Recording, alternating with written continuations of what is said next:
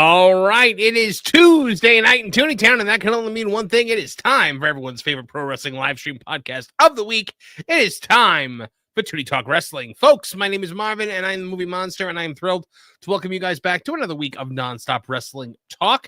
But, of course, I can't do it alone. We got a lot to talk about this week. Bret Hart has lost his mind. Midgets are funny again. So yeah, let's dive in. He stole a Hogan shirt from a girl. His actions make a righteous hurl. He fantasized about Alexa Bliss. Who is this guy? He's Akadis. The one and only Akadis, aka Dis, hanging out with us here tonight. Hello, my friend. Yo, how's everybody doing tonight? I'm doing good. I'm doing real good. It is going to be an explosive night here. We're going to be talking a lot about Bret Hart, which is one of my favorite things to talk about because he's just so insane. He just doesn't care at all anymore. No, actually, I think it's the opposite problem. I think he cares a little too much. Okay, we'll get to it. Yeah, we'll get to it. Before we bring Awful in, I do want to say thank you to everyone who showed up tonight. We're going against John Cena. So are we going against John Cena? We're going up against John Cena in NXT tonight. So yeah, it's wow. Okay, but he had his last Raw, so now he has to appear on other shows to get us to December, whatever. I guess I think you wanted to drop in and say hi to Javon Evans. That's my guess is that it's they're really pushing him. So maybe he's gonna actually fight Joe Hendry tonight. Yeah, maybe. We'll see. But we do have cause to celebrate tonight because someone hit a milestone.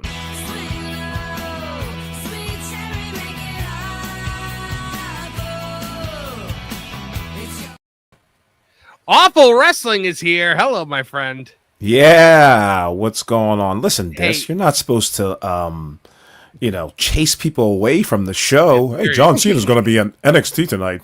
Everyone should go watch it. Yeah, Oh, I let her see that. one night only. Yeah, John Cena's not going to respond to your super chats. Awful, congratulations, my friend. You have hit the monetization threshold and been accepted into the YouTube Partner Program. So welcome, my friend, to Thank you.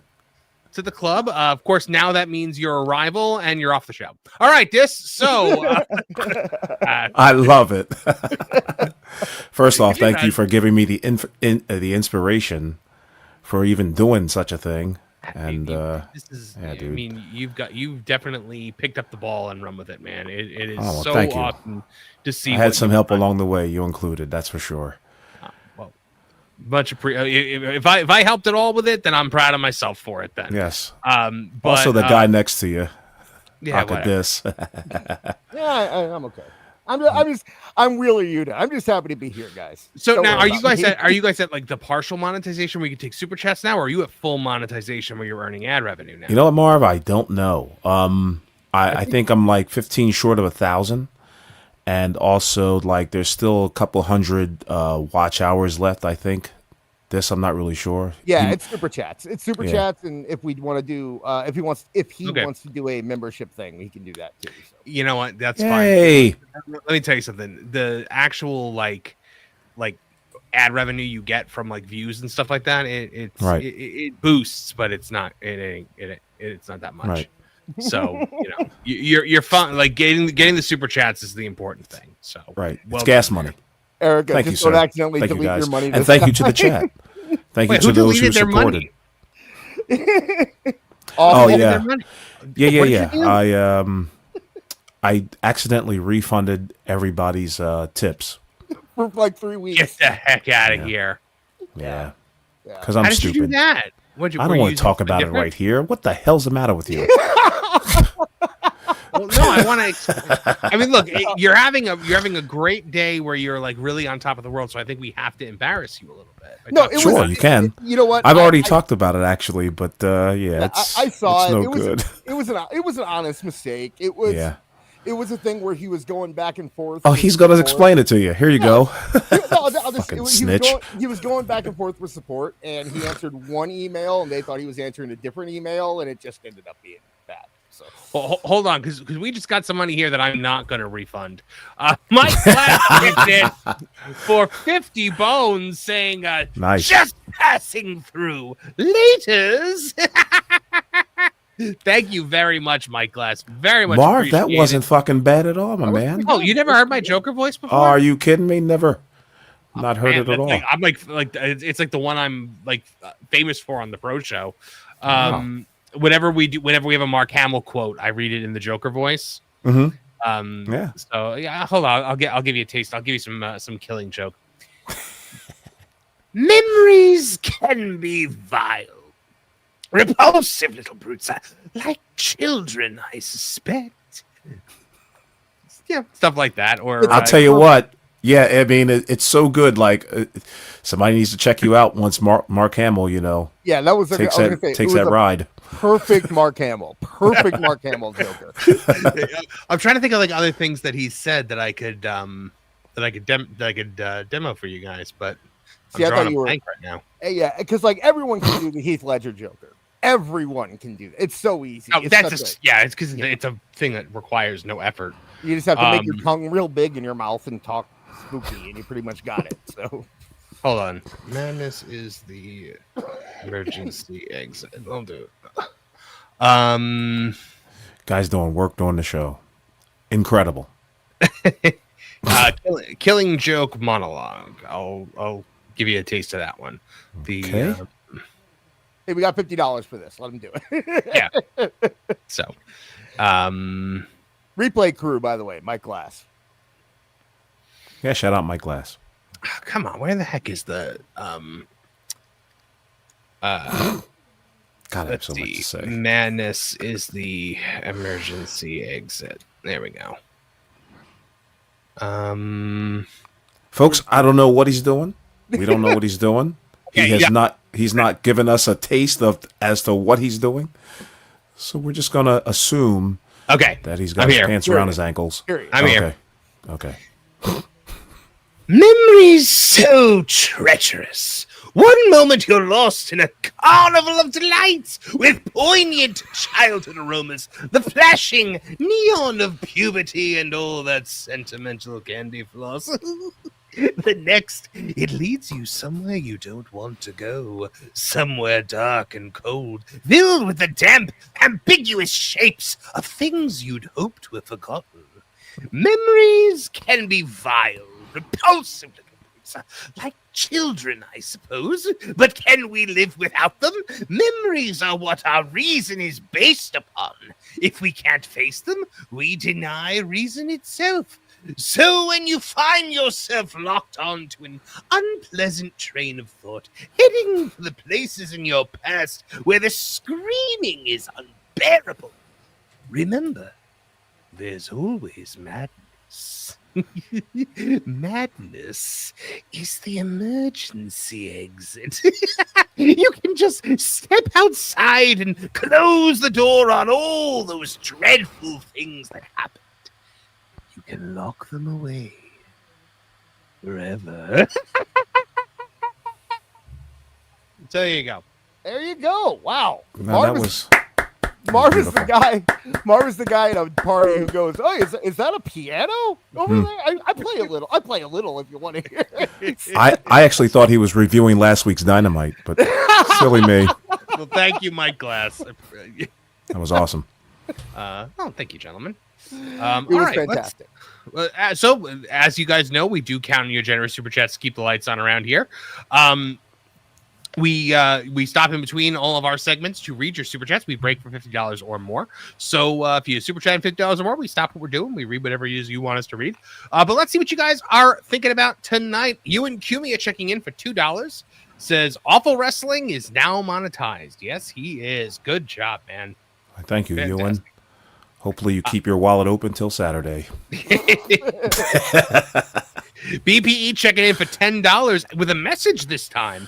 Says maybe next year for the Macy's Parade, Monster. Yeah, unfortunately. So last year, I had hoped to make this a yearly thing. We did a. My wife was working last year on Thanksgiving, so I did the. I did a stream during the parade where we watched the parade live, And it was a lot of fun. But this year, not only is she off, but we're hosting Thanksgiving. So I'm going to be cooking pretty much the entire time. Ah, all right. So I am in charge of the turkey and the stuffing. So I remember you guys watching that parade last year. I think I even popped in for a few seconds. You did for a little bit. It was that was a lot of fun. I really enjoyed that one. Yeah. But, you know, it'd be fun. Maybe if people want to hear it, I wouldn't mind watching an old Macy's parade and putting it on Patreon or something like that. That'd be fun. Every once in a while, I like to fire those up just to look for like background noise. I didn't know you could watch the old ones. I've never watched a rerun of a Macy's parade ever. They're all on YouTube. You can find every Macy's parade ever on YouTube, and it's fun to go back and watch the old ones. So. It's fun. So I really had never done the Joker on this show before. Have I done the Macho Man? Because that's my other one that Lauren goes nuts with. I used to read Jaden Smith's tweets as the Macho Man. I want to hear a macho off between Awful and Marvin, but Awful has to like prepare, so yeah, we probably can't do that on the spot. It kills the voice. Yeah, it certainly does. Regina Sharp checking in for 20. Says new this Thanksgiving sorted stories from the backside of WWE by Bret Hart. Reserve your copy today. This advertisement is brought to you by Glom Gold. Publishing. Always. Always. Thank you. And we got Eddie checking in for Awful. Marv, you're underwater. You're underwater. Hold on. Vamp for a second. Sure. Hey, everybody. Oh, we're gonna vamp. Okay. What was I gonna say? Oh, so yeah, I told Awful we're gonna make the Glom Gold sound. We're gonna make that a donation sound on This Is Awful. Oh yeah. So we want to say thank you, Regina Sharp, sometimes too. Yeah. No, we got let's talk about it a little bit. So at some point this week we gotta get together and get the sound levels figured out because I had them set for your old mic and we need it set for the new one. So Mars back. There we go. Thank God. I couldn't vamp much longer. Right. I know. Chef Eddie for $5 says, I checked the records. The most dominant tag team in history is the Mega Powers. Oh yeah, brother. Was that it? Was that it, Marv? Nah, it goes. I could do a lot more than that. The Joker kind of shreds my voice up too. Yeah. So Liquid Fox for $10 Canadian says, I have a criticism, Marv. When you first started this channel, you had a show you haven't had an episode in forever. So I must ask, when is the next face lock feature? That was, I think I did one. I think I did one of those. That was my big idea in the beginning. I'm gonna have the headlock headlines and the face lock features, and the face lock features are gonna be like my documentaries about wrestling. You know what happened with that? They take a lot of work. And not enough people watched. Yep. Nobody watched, and I was just like, that's it. And you got a job, and two. Three. Isn't it three now, or I don't know, man. I lost count. track. Yeah. Regina Sharp for $5, bring us to 102. Says, does Awful get to use the YouTube lounge now? Normally, yes, but he's black, so yeah. I do. I'm still on the porch. They sent me the invite, even though it's called Awful Wrestling. They said it's what the hell is the YouTube? Yeah. What the hell is the YouTube lounge? I have to search for that. There is no such thing as the YouTube lounge. Okay. Awful. It's, I bet there isn't. There's not. So. You don't want to go. You don't want to go. It's a lot of Minecraft people. It's weird. It's weird. Luigi Tron 51 for $5, bringing us to 107. Says, good job, Tony Schiavone. I mean, Dis. I guess I'll catch the replay of this show and watch John Cena battle rap Javon Evans. I'll put butts in the seats, won't it? Yeah. Oh man, way to go, Dis. You know what? Since it is actually Thanksgiving week, we can add a little. There we go. Hey, look at us. Be festive, yeah. Look at that. Liquid Fox checking in for $2 says, congratulations, Awful. Thank you, Liquid Fox. I appreciate that very much. Let's see. Forever Runner for $5. Bring us to 114. Says, Dis, what's it like knowing that your plan failed and our storm goddess has taken her rightful place on the throne? You had a plan? Oh, Oh, so I don't understand the Lord. What is it? Me that doesn't like Jade, or is it Awful that doesn't like Jade, or is it both of us that don't like Jade? I'm so confused by this. You both have a prolonged hate boner for Jade. Gotcha. Okay, that's what I thought. Yeah. Stupid Tired Jade. of fighting this. I don't like her. She's too pretty. I don't know. Did you see that picture? Oh my Cynthia God. Erivo would be a way better Storm than her. That picture was insane. Like I picture? told Awful, it looked like AI made it. She put out a picture of her on the beach, and it was just like it looked like those AI pictures. The most perfect human being to ever Yeah, exist. Right, exactly. right. Yeah, she's a perfect specimen, and I Could think you AJ Lee even said it too. AJ Lee was Could you like, imagine thinking that like Cynthia Erivo would be a better Storm than her? God, I don't care. I don't care if she can act. Yeah, I don't care if she can read. She could not say anything, and she'd be better than Halle Berry barely said anything in the first one. She was fine. Where else have we seen her? Cynthia Erivo. Wicked. Where will be okay? Other than Wicked, that's what I'm saying. Like, she wasn't one of the played Black Harriet Panther Tubman. guards. Okay, Nosferatu, wasn't she in the remake? Yes, she was of the Nosferatu? Kevin Apollo called her Gross Ferratu the other day. Oh, really? and I about lost my mind. I thought that was the funniest thing. She's the one that's out there taking all those pictures with Ariana Grande right now. right. Like, you know, the two little skeletons that are hugging each other all the time. Oh my god! Mm-hmm. You can get me started. So gross.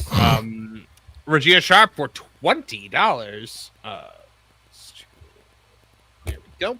Says if you're even thinking about changing the channel to NXT fans, do not, because we understand that John Cena is going to be on the show tonight. That'll put a lot of butts in seats. Tony Disvani. Andre Adams for $10. Good to see you, Andre Adams.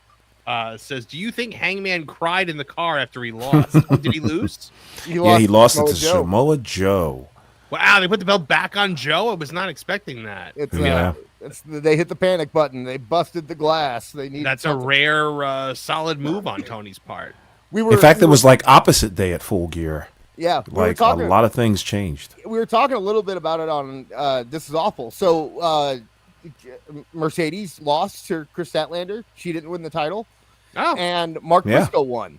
So it seems when you think you got the answers, I change the questions. Mm-hmm. It seems to me someone looked at the fact that they dropped over 100,000 off after Blood and Guts, and they realized they're losing their base.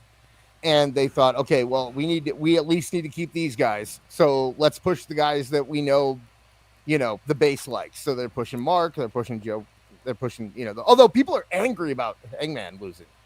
That's really? I'm really surprised. Yeah, who could say that they are a professional wrestling fan and be mad about Samoa Joe as world champion? AEW fans, they are the worst, man. I know.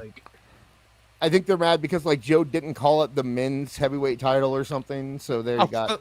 For the love of fuck. Good. Good for Joe.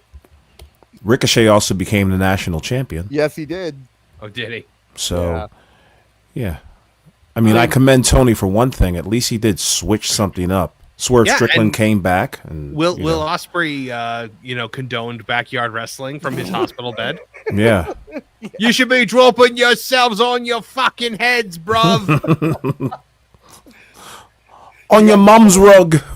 He got in trouble for that too because he went after Cornette and he totally backpedaled afterwards. He was like, Ospreay went after Cornette? I mean, because that's what he was responding. No. He said it, and Cornette then responded to him saying he's saying it from his fucking hospital bed. And then Ricochet went back at Cornette. Oh, okay. And Ricochet, got buried from it. Because Ospreay came back and he was just like, I'm not going to do a British accent. He goes, I'm just saying, this is what I did when I was a kid, and I didn't have independent wrestling, so I could. It's like I'm just saying, bro. This is what I did. I dropped all me mates on their heads. 5 of them never walked again, but now I get to be rich. 1 out of every 10 million people who drops their brother on their head off the couch becomes a millionaire, bruv. They have to be. I can't believe they didn't make him take that down, because now if one of those kids get injured, like back in the day when WWF got sued for it and lost, by the way, or they at least had to settle. they never actually promoted it. This is AEW literally promoting backyard wrestling. Oh, it's not. He's not a representative of AEW on his Twitter account. I mean, he's not. But do you think that's going to matter when it gets? Like I'm just saying, I mean, somebody could try to sue. I don't know if they'd win. If they beat WWE, and WWE never put anything like that out there. They never said anything like that, and WWE had to pay millions of dollars because of that kid dying back in the 90s. So, I mean, I think AEW is a little bit more. I'm just saying, I would have Will taken that down if I was AEW.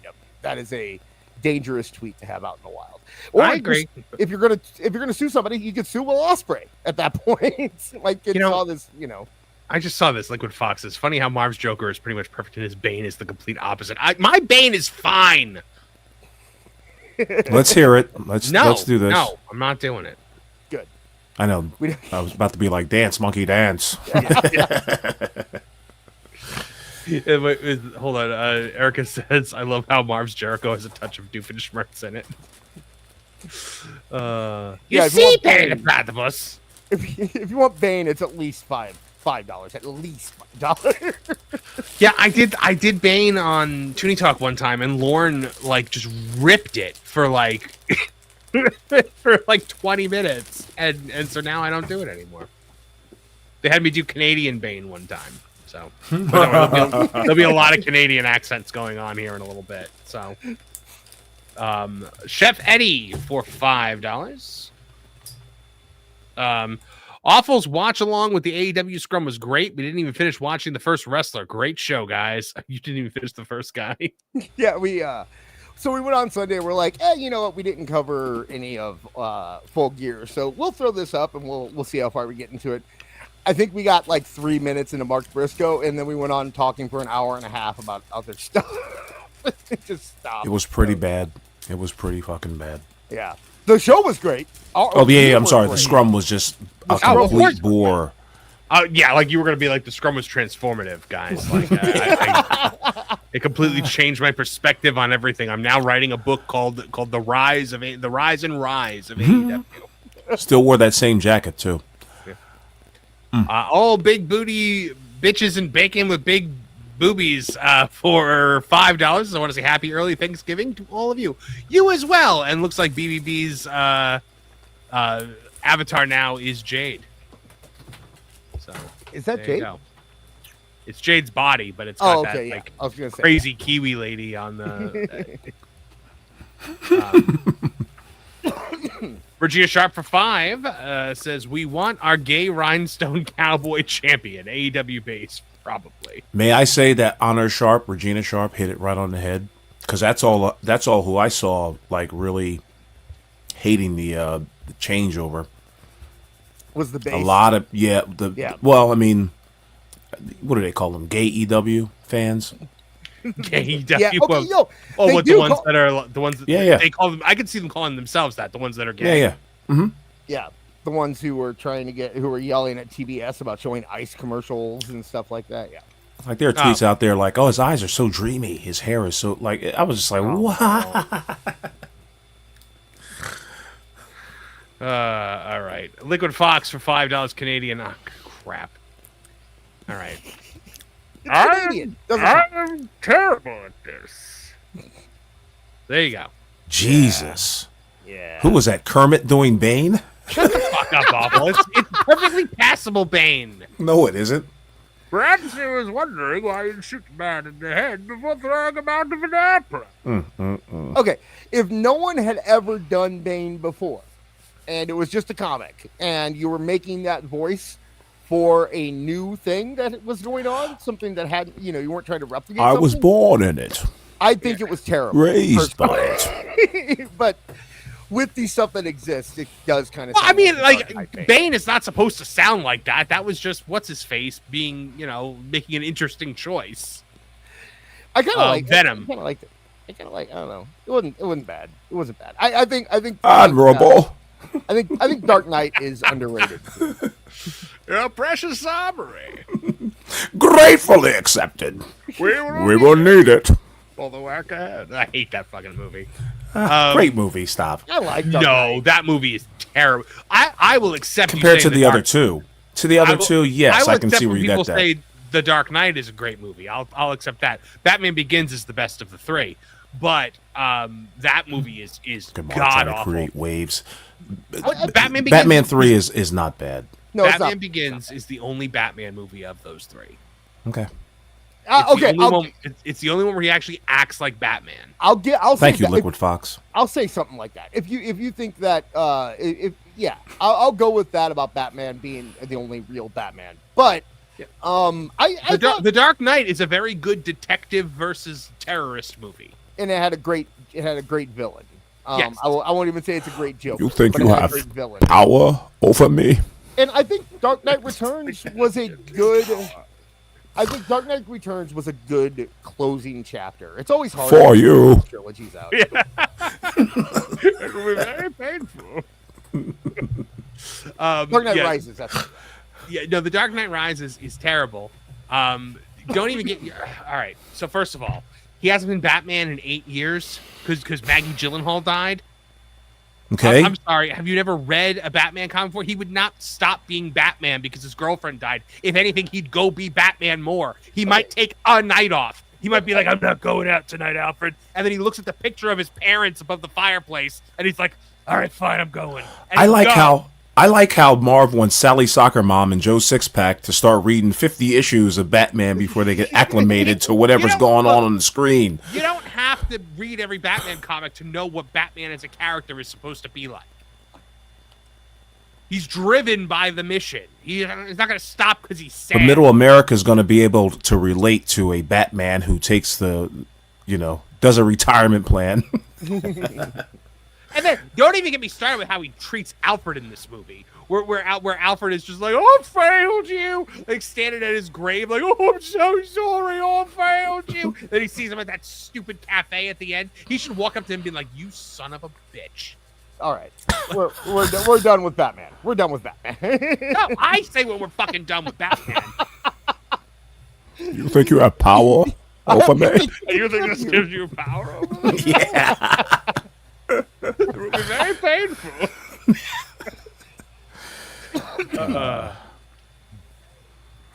We'll run through Bane impressions all night long.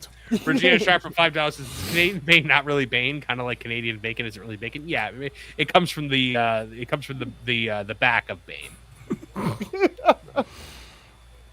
It's only Bane if it comes from the Bane region of France. I saw British bacon recently. That stuff looks gross, guys. Come on, what are you talking about? That's not bacon. It's ham. Liquid Fox for $2 Canadian says, "Wow, that was a great Bane. Awful. Shut the fuck up." Thank you. I'm here all week. Wayne Tech 10 for $2 says Battinson was even more pathetic. I mean, I'm not saying one being bad does not make the other good.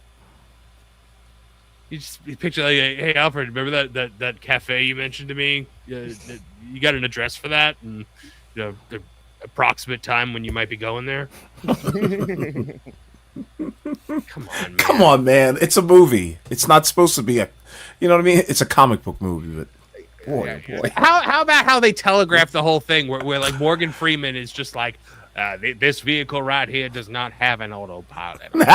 Try to pilot this automatically. If piloting automatically is what you want to do with your life, then you are going to have a bad time with this. And then at the end, it's just like, yeah, no, I guarantee you the autopilot fucking works. Marv, you sound like the AI voice that they use in these commercials. You do. I call and what's so funny is I tell my wife, like, that's a white Morgan Freeman voice. He sounds like South Park Morgan Freeman. Yeah. You know who loved to pilot automatically? Andy Dufresne. He was my friend. Crawled through a river of shit and came out clean on the other side. Getting busy dying. Also, the Office Morgan Freeman, the fake Morgan Freeman for yeah. Well, so Right. here's the thing when I find with impressions is sometimes it's easier than just to do an impression of a person to do an impression of someone's impression of that person. right. Like my Trump is not Trump; it's the SNL guy who does Trump. Right. Like because despite the fact that his scripts are terrible, his impression is actually pretty spot on. Yeah. No one ever did a impression of George W. Bush or George Bush. They did impressions of Will Ferrell and Dana Carvey, Yeah. Yes, agreed. Let's see. Last Call Podcast checking in for 5. Says Tom Hardy was the wrong guy for Bane. Should have been a guy like Jason Momoa, who's 6'4" and built, not a 5'9" guy and shorter than Bale. I agree. I 100% agree. Guys, it didn't look that way on camera. By the way, yeah, they shot it. I mean, in a way God bless it. You nitpickers. But like nothing about him was Bane. Bane's not supposed to be in the League of Assassins. Like where was the Venom? Like why couldn't we have anything that was remotely Bane about this? The only thing that was Bane was that he hit him with a backbreaker. I just wish we would have seen Joseph And your body. Robin suit. That's all I'm saying. If Joseph Gordon-Levitt would have put on the Robin suit, that movie would have been perfect. No, because that is the stupidest fucking thing. He could not yell.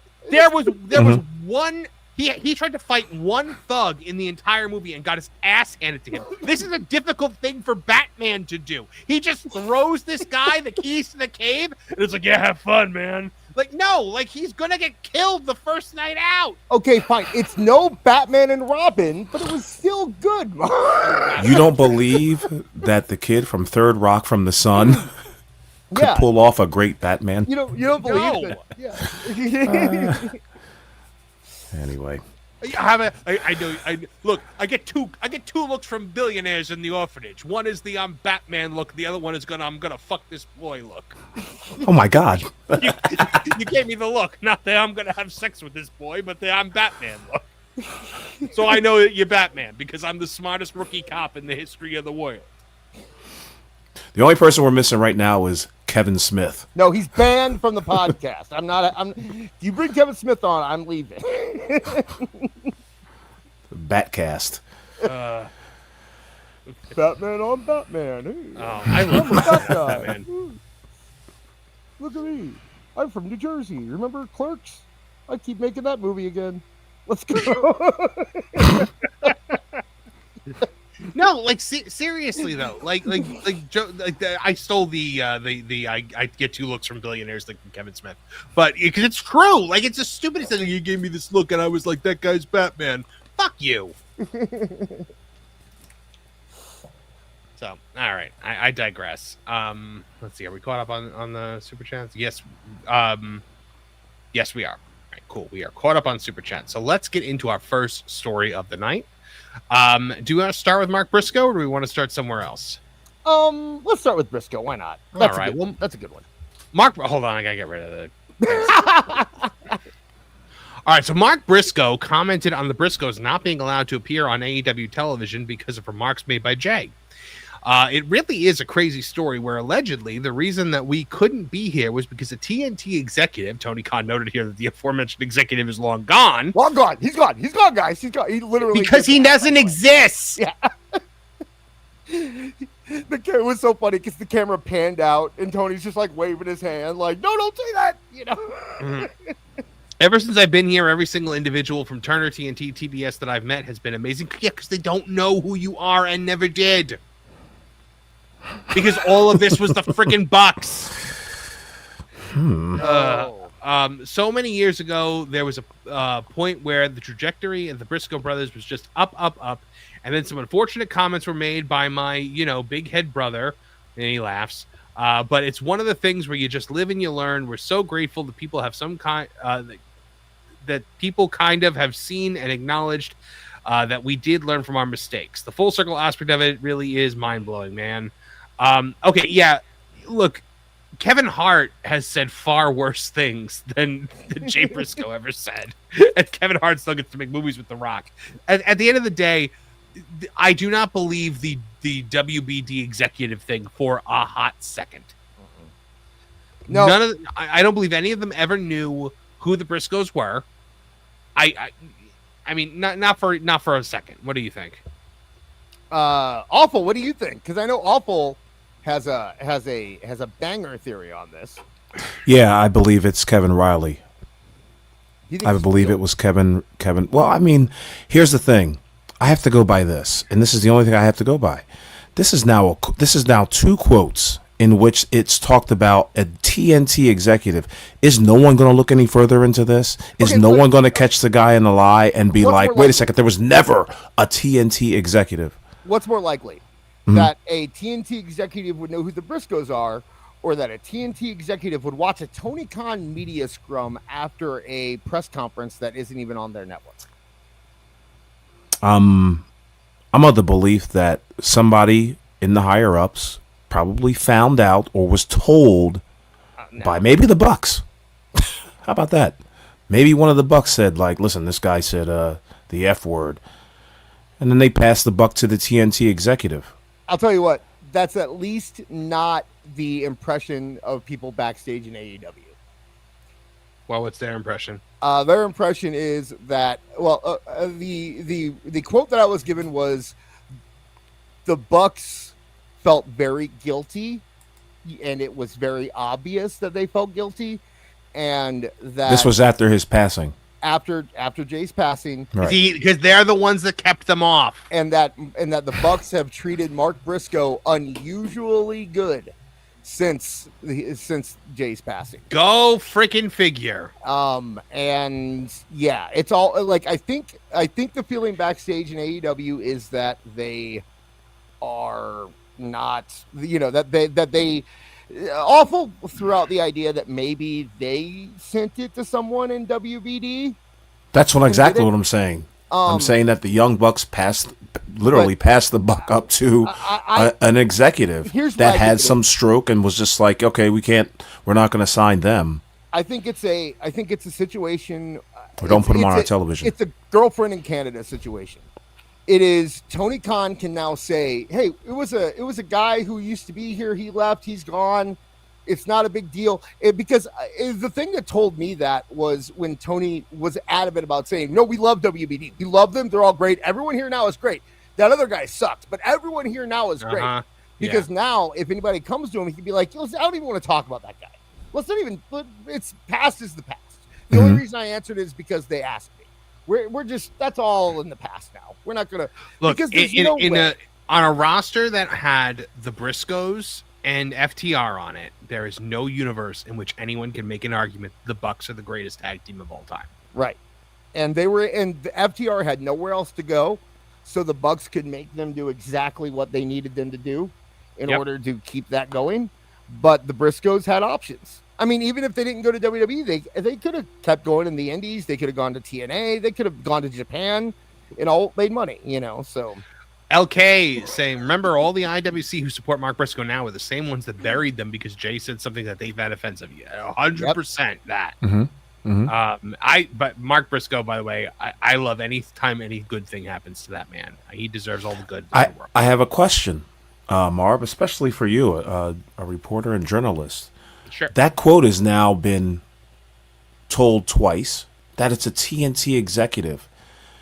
The question is just like, if that's a bold-faced lie, why are they throwing up the responsibility or the accountability from the Bucks to a fictitious network executive? Doesn't that make the network look a little shitty? I mean, no. Isn't that what they're doing? Well, yeah, it does. It's also like if you actually cared enough, you could probably go through to see which executives have left over the last 5-6 years. Awful day. And oh, you did? Okay. No, I didn't. Not the last 5-6 years, but I think Kevin Riley was that person. Was just like, all right, don't sign him. Tony was just like, all right, I won't sign him. But that's because of the Bucks and the gripe. Went all the way up to him. I don't think WBD looks bad in this situation at all, except to a small percentage of wrestling fans. The general public is going... Look. I just didn't want to put him on the air, okay? In a freak moment, I just shouted out, it was a WBD executive. I never expected him to die. You're my case, awful.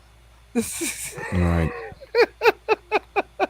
Interesting. That's what I'm saying. How's your girlfriend in Canada, by the way, Tooney? How's your girlfriend in Canada doing? She was here last week. You just missed her. Oh, She had the flu, so you know. I heard she was. We're really going pretty. strong. Tony Schiavone said she was really pretty. But yeah, it's. Now I lost my train of thought. Where was I talking about the UPT? I don't know. No, I think it's just something that Tony won't have to answer to. There's no one that's going to make him answer to it because the people from the outside looking in are going, even people in WBD, if someone asked, why would they not let him on there? He said, well, he said the F word, like the gay one. And they're like, oh, of course we wouldn't let him on the air. Yeah, we buy that. And then, if people from outside wrestling look at it, they go, he said the F word, the gay one. We can't let him on there. What about Excalibur? Didn't he say the N word, like the really bad one? But they don't know about that either. We're good with that. We're good with that. That's the thing, is that if they cared enough to know about the Briscoes using the F word, they would have cared enough to know about Excalibur using the N word. They would have cared enough to know about Ric Flair showing his pee-pee to people on an airplane. There's plenty of things that they would have stopped if they cared. That Mike Tyson was on their show. Like, exactly. If they cared enough about that to not let him sign somebody, then there's a lot of people that wouldn't have gotten signed by AEW that ended up on their show. So I can't imagine that's where the line was. That's crazy. They've created a boogeyman. They did. Incredible. It's smart. Yep. All right, we got a couple more super chats that have come in. Liquid Fox for $2 says, "Wow, what an awesome Kevin Smith diss." Oh, thank you. That's right. I've been working for years on it. Now you just have to torpedo your entire career because you become your daughter. Start smoking a lot of pot. Like a lot of pot. Yet another career Seth Rogen ruined. Uncultured Barbarian for $5 says, "I thought it would take a man 10 years to run AEW into the ground. Tony Khan did it in less than 3." Fantastic. You and QBS for $4.99 says, "All AEW fans are gay, including the owner." That's spurious and alleged. Oh, my goodness. Oh, hold on one second.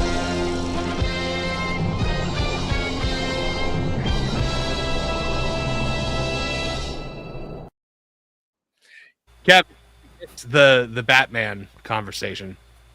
Oh? We were screaming about Batman at each other. No, Awful thinks The Dark Knight Rises is a good movie.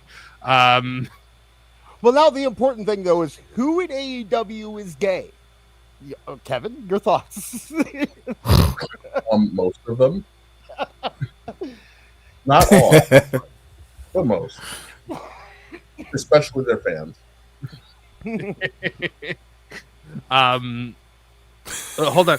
RW here for $2 says, "Why did the Briscoes never go to WWE?" Well, probably for the actual reasons why. The fake reason AEW said they kept them off the air. I could see WWE not taking them because of that. I remember something about them. Like, basically, the idea was that they were if they came in, they would just have been like the Bushwhackers. Like, that's kind of how they saw them. So if Mark boogeymen. If Mark Briscoe left AEW right now to go to the WWE, do you think the AEW fans would be like, "Have you ever seen any of their old promos? Right. The things that they said? These disgusting men!" And now they're licking kids' foreheads. Immediately. Before the announcement was 30 seconds old. Mm-hmm. Quote tweeted. All right. So you guys know how, like, the AEW fans and the IWC, what's the one thing they want back more than anything, right? The Attitude Era. Right. Oh, I thought the girlfriend. Oh, right? Okay. They never had it. They can't get that back if you've never had it. Yeah.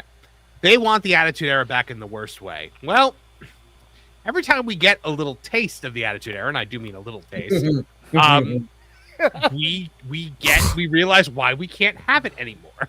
Because they brought a midget out to be John Cena. And by the way, I'm allowed to say it. Hornswoggle gave me a pass. the IWC melted down by how offended they were. So, yeah. So, first up, that's Psycho Stu. He beat AEW with Micro Championship Wrestling, so he's a big star. We all know that. And Dom brought out Dom. They advertised that last Raw was John Cena's last Raw, and then Dom did the thing where he started saying, "Oh, it's not like John Cena's here," and then his music played, and the crowd went nuts, and then out comes I heard him called John Wiener. I think that's pretty decent. Little John Cena came out. God, yeah. And, C plus. It was a fun segment. Yes, it was a fun segment. It was a nice fun throwback. Yeah, and it was a good. I heard Mole posted that part of the reason that they did it was because they're afraid that Dom was going to get cheered. So if you do something like this, there's no way people are going to cheer for Dom after doing this. So it makes sense for him after this. Right, exactly, yeah. So and it makes sense. It was a cute segment. It didn't hurt anybody. It was fun. Didn't we kind of talk this up a few weeks ago, or a month ago? Like they need to have some midgets on the show. Mm-hmm. Do you think that when it was announced backstage that Dom was going to beat up a midget, JBL was like, "Come here, kid. I got some ideas for you." Hey, Paul! I sent the FedEx. Make sure you open it before 6, or we're gonna have legal problems. I forgot to put holes in the package. That's right. It's gonna need water immediately. All right, so this happened. This is the exact thing we used to see all the time in the Attitude Era, right? Literally this exact thing. Let's take a look at how some members of the of modern internet who want the Attitude Era back. And now we have to talk about a very controversial segment on last It wasn't controversial. No. Oh, really? Don't worry, guys. They're not gay. They're just British.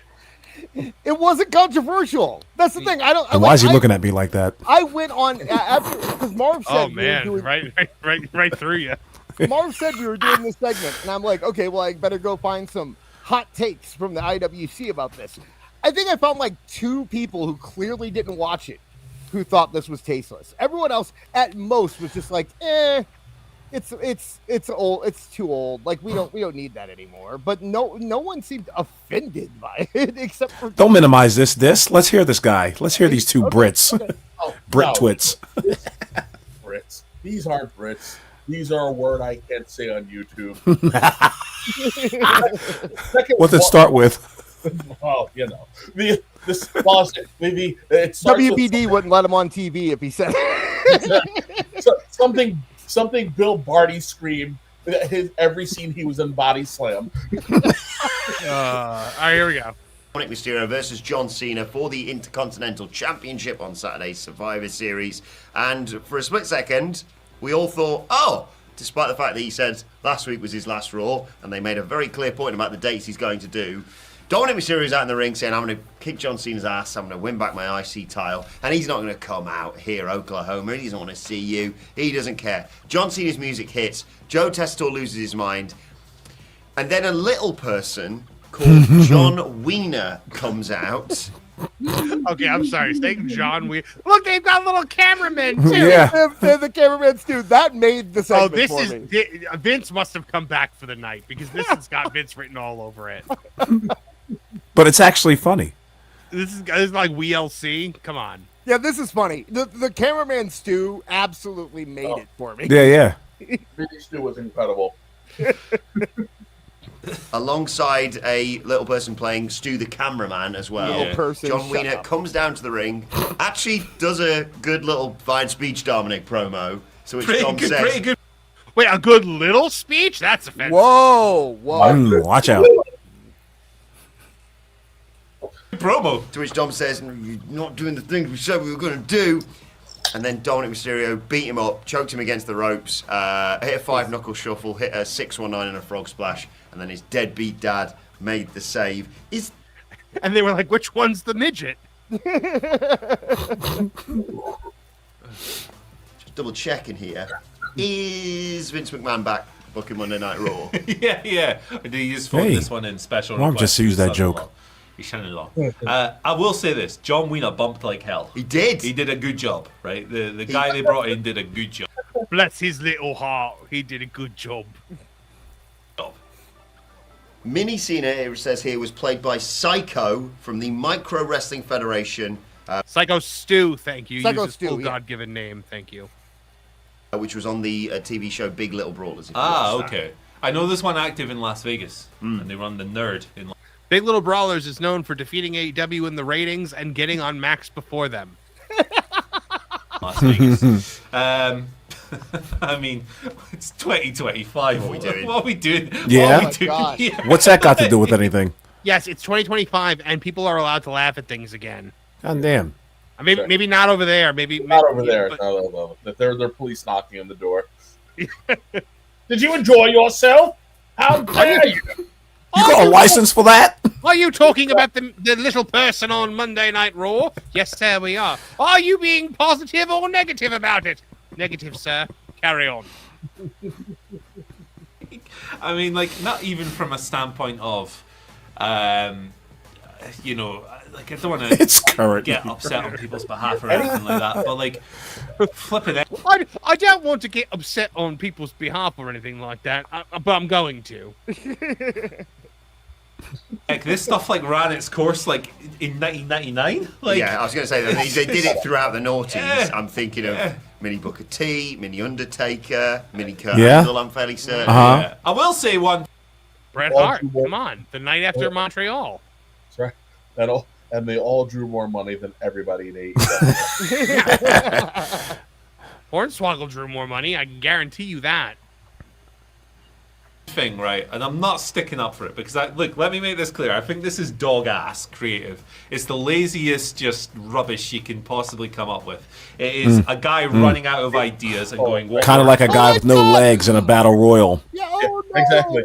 Why have fun in wrestling? It's the worst. Why would anyone want to Yeah, have aren't these guys the wrestling should be fun crowd?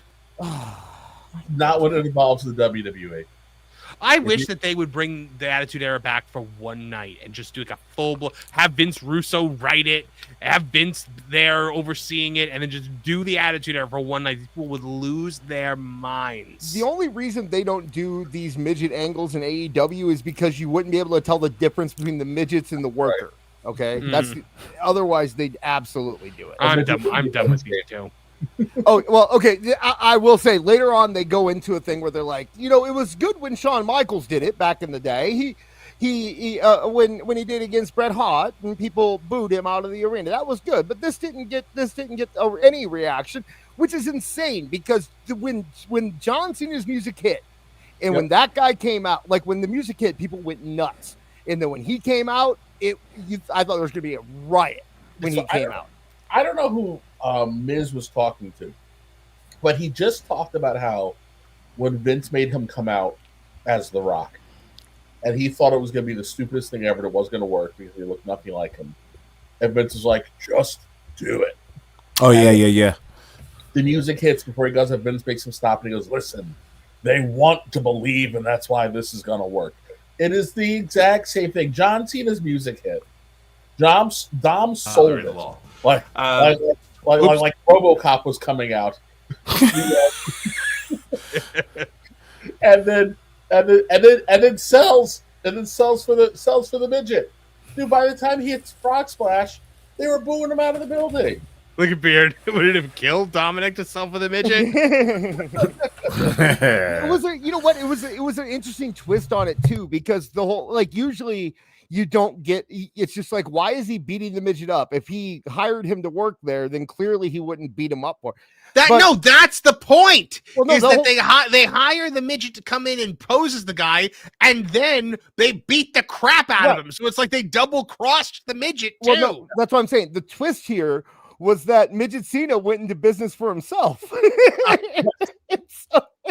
and made Dom angry to where he actually wanted to beat him up. That I think it's at least a little different, you know. Stick to the plan. All right, so apparently our old friend Dave had some thoughts on this as well. So And everybody goes wild.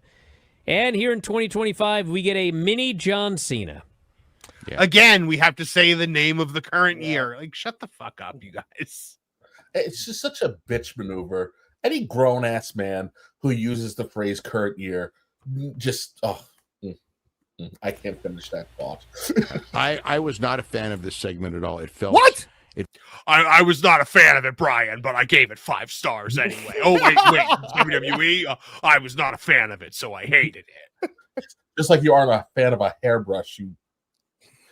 Well, I mean, he's got less and less hair every week, so the hairbrush is the enemy at this point.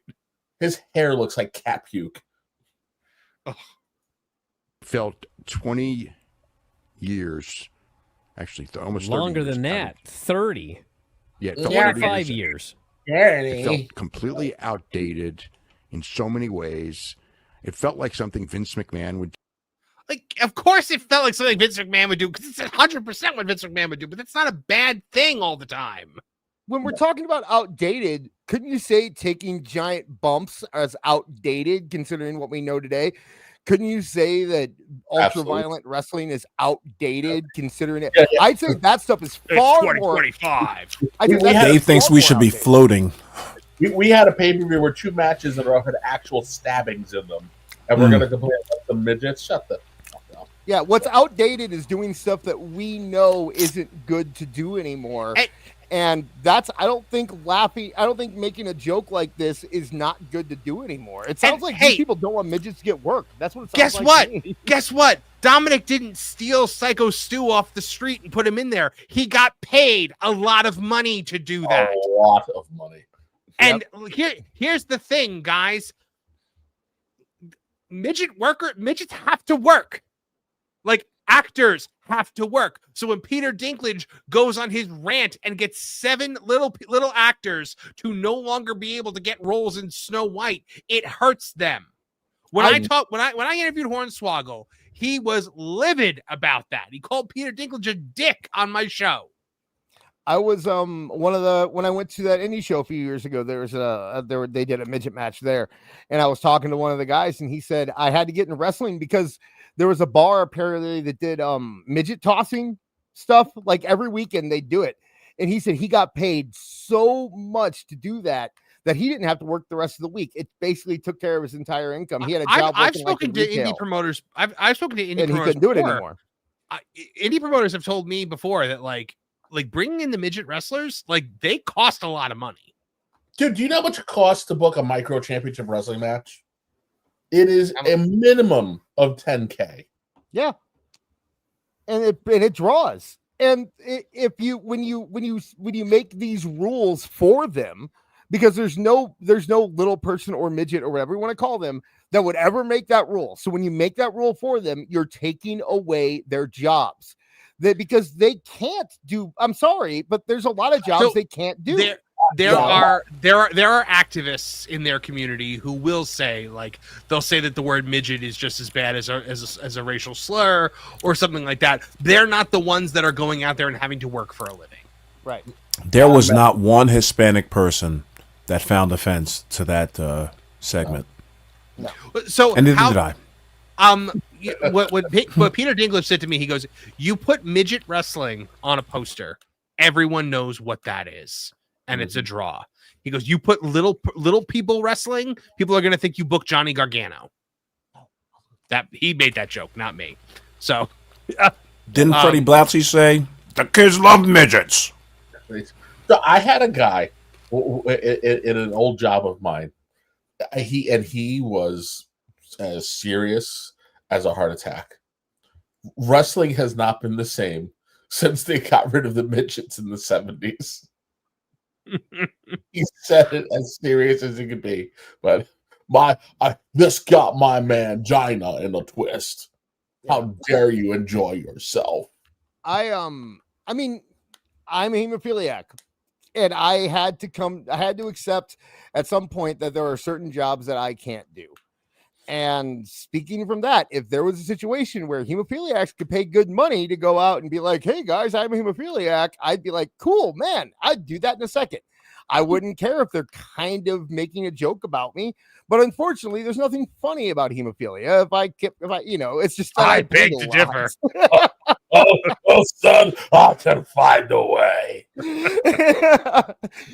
We're gonna book the red wedding. It's a first blood match, and it's fatal. Sorry, first blood, last blood. I gotta go give a dog a pill real quick. So keep going. That they've gotten away with from. Somebody obviously thought it was funny. And then, like, the silliness is that, it's like He'll find out soon enough. America thought it was funny. The ruse to laugh at how stupid the fans are for buying it, and he didn't do that. And in fact, the guy who he set up, in fact, turned on him and didn't go with the script, which made it just even sillier. Yeah, No, it's called a new angle on an older bit. Like you're doing something different with it. And how about I don't think this has been done in like 20 years. So that means it's new again. What are we complaining about? Are we supposed to do the same old boring shit? I'm going to put it on Dynamite, and I'm going to see the same bullshit I saw for the last 8 weeks in a row. What do you want? What are we supposed to do? You mean to tell me that Tony Storm is more entertaining than what we just got on Monday?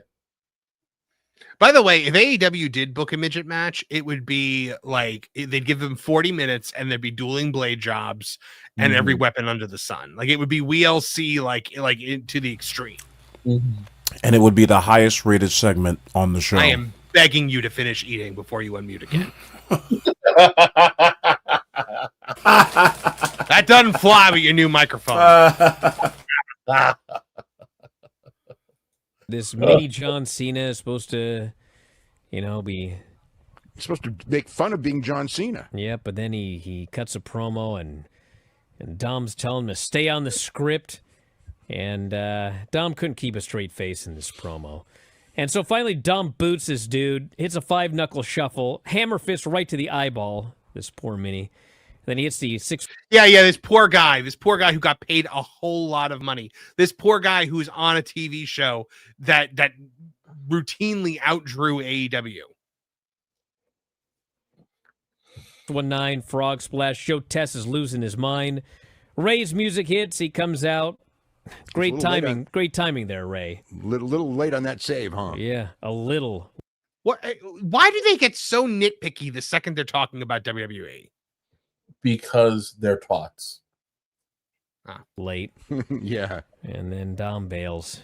Yeah, this was, of all the go-home segments for one of John Cena's final matches, this was a low point on the program. They hit Cena's music, and everybody goes wild. So, by the way, I want to point out this comment from Jay in the chat. Says, the poor guy who got more people watching him than anyone on Dynamite. Exactly. Literally everyone is muted right now but me. Ray charged in, and she's trying to weasel her way out of going to school, even though she only has a half day. Get at it. I don't care. Well, I'm back. This is back, so you can go back to school too. Au zang, au revoir, ta-ta, TTFN, arrivederci. Ciao.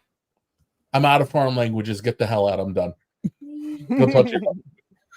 She said good luck to you. Because she knew I was yeah! Good. I'm done. No. All right. Moving along. So we got a couple more super chats to get to here.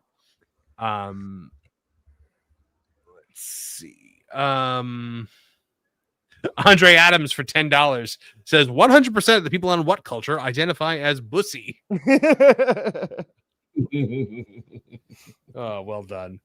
Uncultured Barbarian for $5 says happy Thanksgiving all. I've got pork butt off the smoker and finishing in the roaster. Have a better day than those What Culture jackoffs. Happy Thanksgiving to you and yours as well, Uncultured Barbarian. Andre Adams for $5 says, I can tell by Dave's face that he is a stunt double for sandpaper. Oh, Mamma mia. And then Captain JPS 47 for $5 says TNA should bring back hardcore. Can't say the M word on Super Chats mayhem. Oh, they won't let you super chat it. Okay. What is it? What's midget? the M word? Midget. Oh, heart midget. Okay, yeah. I can totally see that TNA booking that. That's Russo all over the place. Oh, they absolutely had it. Yeah. Yeah. Well, actually, you know who booked it was Dusty. Dusty would always book those midgets back in TNA. All the time. Remember when Puppet pulled a firearm? Yeah. I remember hearing stories too about Dusty being like, "Yeah, we got those little guys backstage." Okay, we're gonna put the little guy in a trash can. He's gonna see the. Oh no, the best. The best is when I was watching Mid-South, and so I guess they're bringing them in for a show, and they keep pushing it back like week by week, and Bill Watts keeps talking about it, and just I don't even remember the things that he said. It has to be seen to be believed. Bill Watts talking about midget wrestling is amazing. The kids short of them. Wait till you see these little fellas go. Yeah, exactly. That was about it. Yeah. So he's like, now you might think these are children when you see them, but they're not. That's right. They're men. A grown-ass adult can't tell the difference between a child and a little person. All right, so speaking of people with no concept of reality, Bret Hart has been in the news quite a bit this week. Man, I just love it when someone uncorks his Bret awakes from his crypt. Oh my God. They made me stand on a Monday Night Raw recently, and that's the worst thing they've done to me since Montreal. It's just below Montreal, but above killing my brother.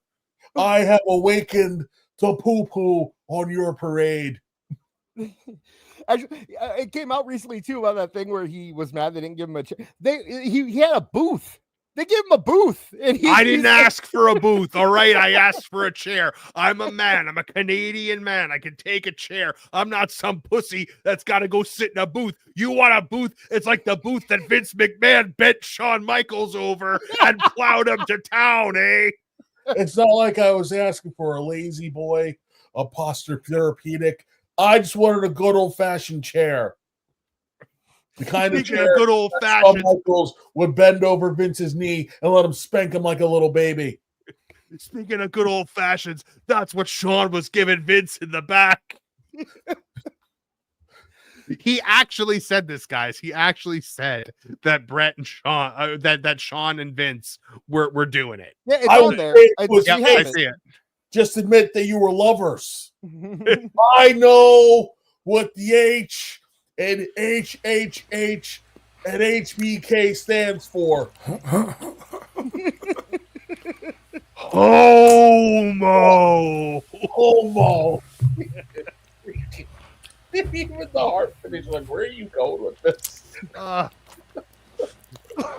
Bret Hart uncensored is best. Vince Bret were Hart. sleeping with each other. Okay, right away. He just goes right into. Look how miserable he looks. He looks like he is the Mumra of misery. He is. Ancient spirits of misery. Earlier, Erica said that she wants like Grumpy Cat memes, but with Bret Hart, and it's totally he looks like Grumpy Cat. Grumpy Bret. I had a gif of Bret petting his cat from Raw, and anytime someone would say something annoying to me, I would just send it to them. I think that Shawn and Vince were sleeping with each other. That's the first thing I said as soon as I sat down. This is the start of this interview. I sat down, they put a microphone in my hand, and I said, I think Shawn and Vince were sleeping together. Mm-hmm. Good morning, Bret. How was your day? Bret and Shawn were tooling each other out back by the production booth. Would you like a glass of water? No, because that glass of water was what Vince shoved up Shawn's behind when he took me and took my belt away in Montreal. I remember when Jimmy Snuka handed me a shovel, and we like he'll just go anywhere. You know, Sean. Vince said to Sean at Montreal, "If you want to go over, you gotta go under. If you know what I mean." And by that, I mean gay sex. That's right. I feel so vindicated. A few months ago on the show, I was like, "Hey, did you ever hear that whole thing about how Sean and Vince were boning each other?" And like, it just brought the show to a halt. Like, was I here for that? I definitely would have jumped in on that. No, you weren't. You weren't here for it. You weren't here. And yeah, it just brought. And then Marv was like, "Well, okay then," and we just moved on.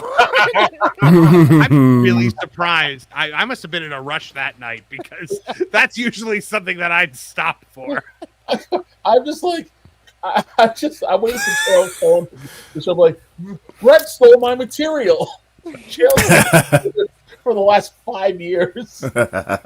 I just my headcanon is he sits down in this chair, picks up the microphone, and this is just the first thing out of his mouth. I think that Sean and Vince were sleeping with each other.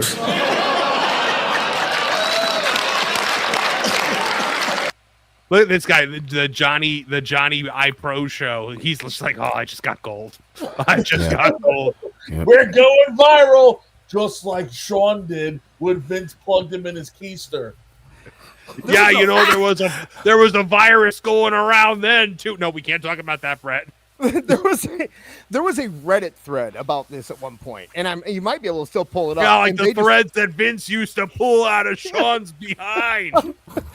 But it just had like just crazy schizo theory where it's like, okay, they'd like have the dotted lines going from Sean's eyes to Vince's eyes and doing all that and showing like at the Hall of Fame, Vince looked at it like it was. Listen, I've got pages and pages documented here. Some people have called it in the past erotic fan fiction, but this all happened. This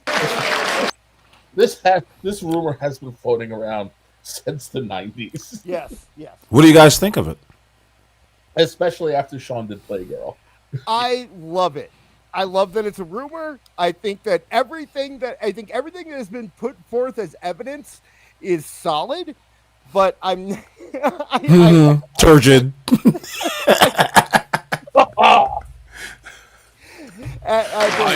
not. I have a special place in my cabinet for you, kid. As an internet shit poster, I say absolutely, I believe it. And the real me probably like, probably. That's not, true. But that's true. Yep, this is 100%. Here we go. I believe it. See, now we've got a second witness. Yeah. The two most credible human beings in the history. I'd quote them. There'd be no gay sex if it weren't for the Honky Tonk Man. They came up to me. They were like, "Honky, we're two men. We're in love, but we have no way to physically express that to each other." I said, "Damn it, you got a hole on the other side." Way to play that clever. The greatest gay sex haver of all time. That would be Jerry Lawler. If this is one of those weeks where I hate him.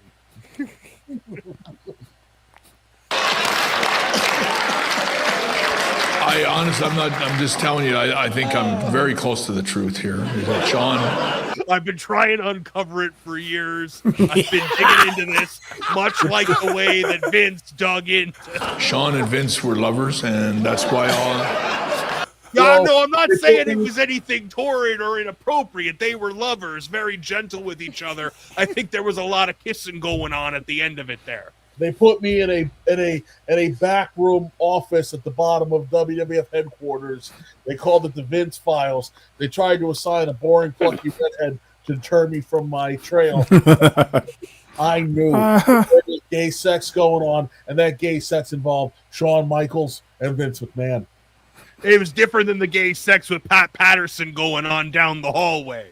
That's right. Pat had a whole different thing going on, usually involved someone not being willing. But that's a different story for another day.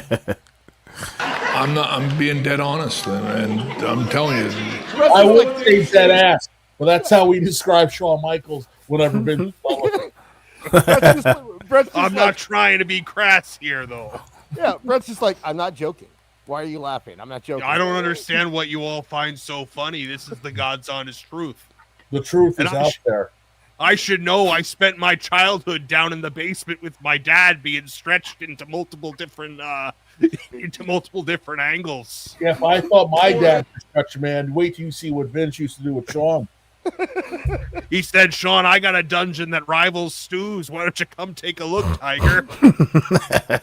Come to my window is Vince actually singing to Shawn. He's got a whiteboard with pictures and yarn going back and forth. Harley Baby.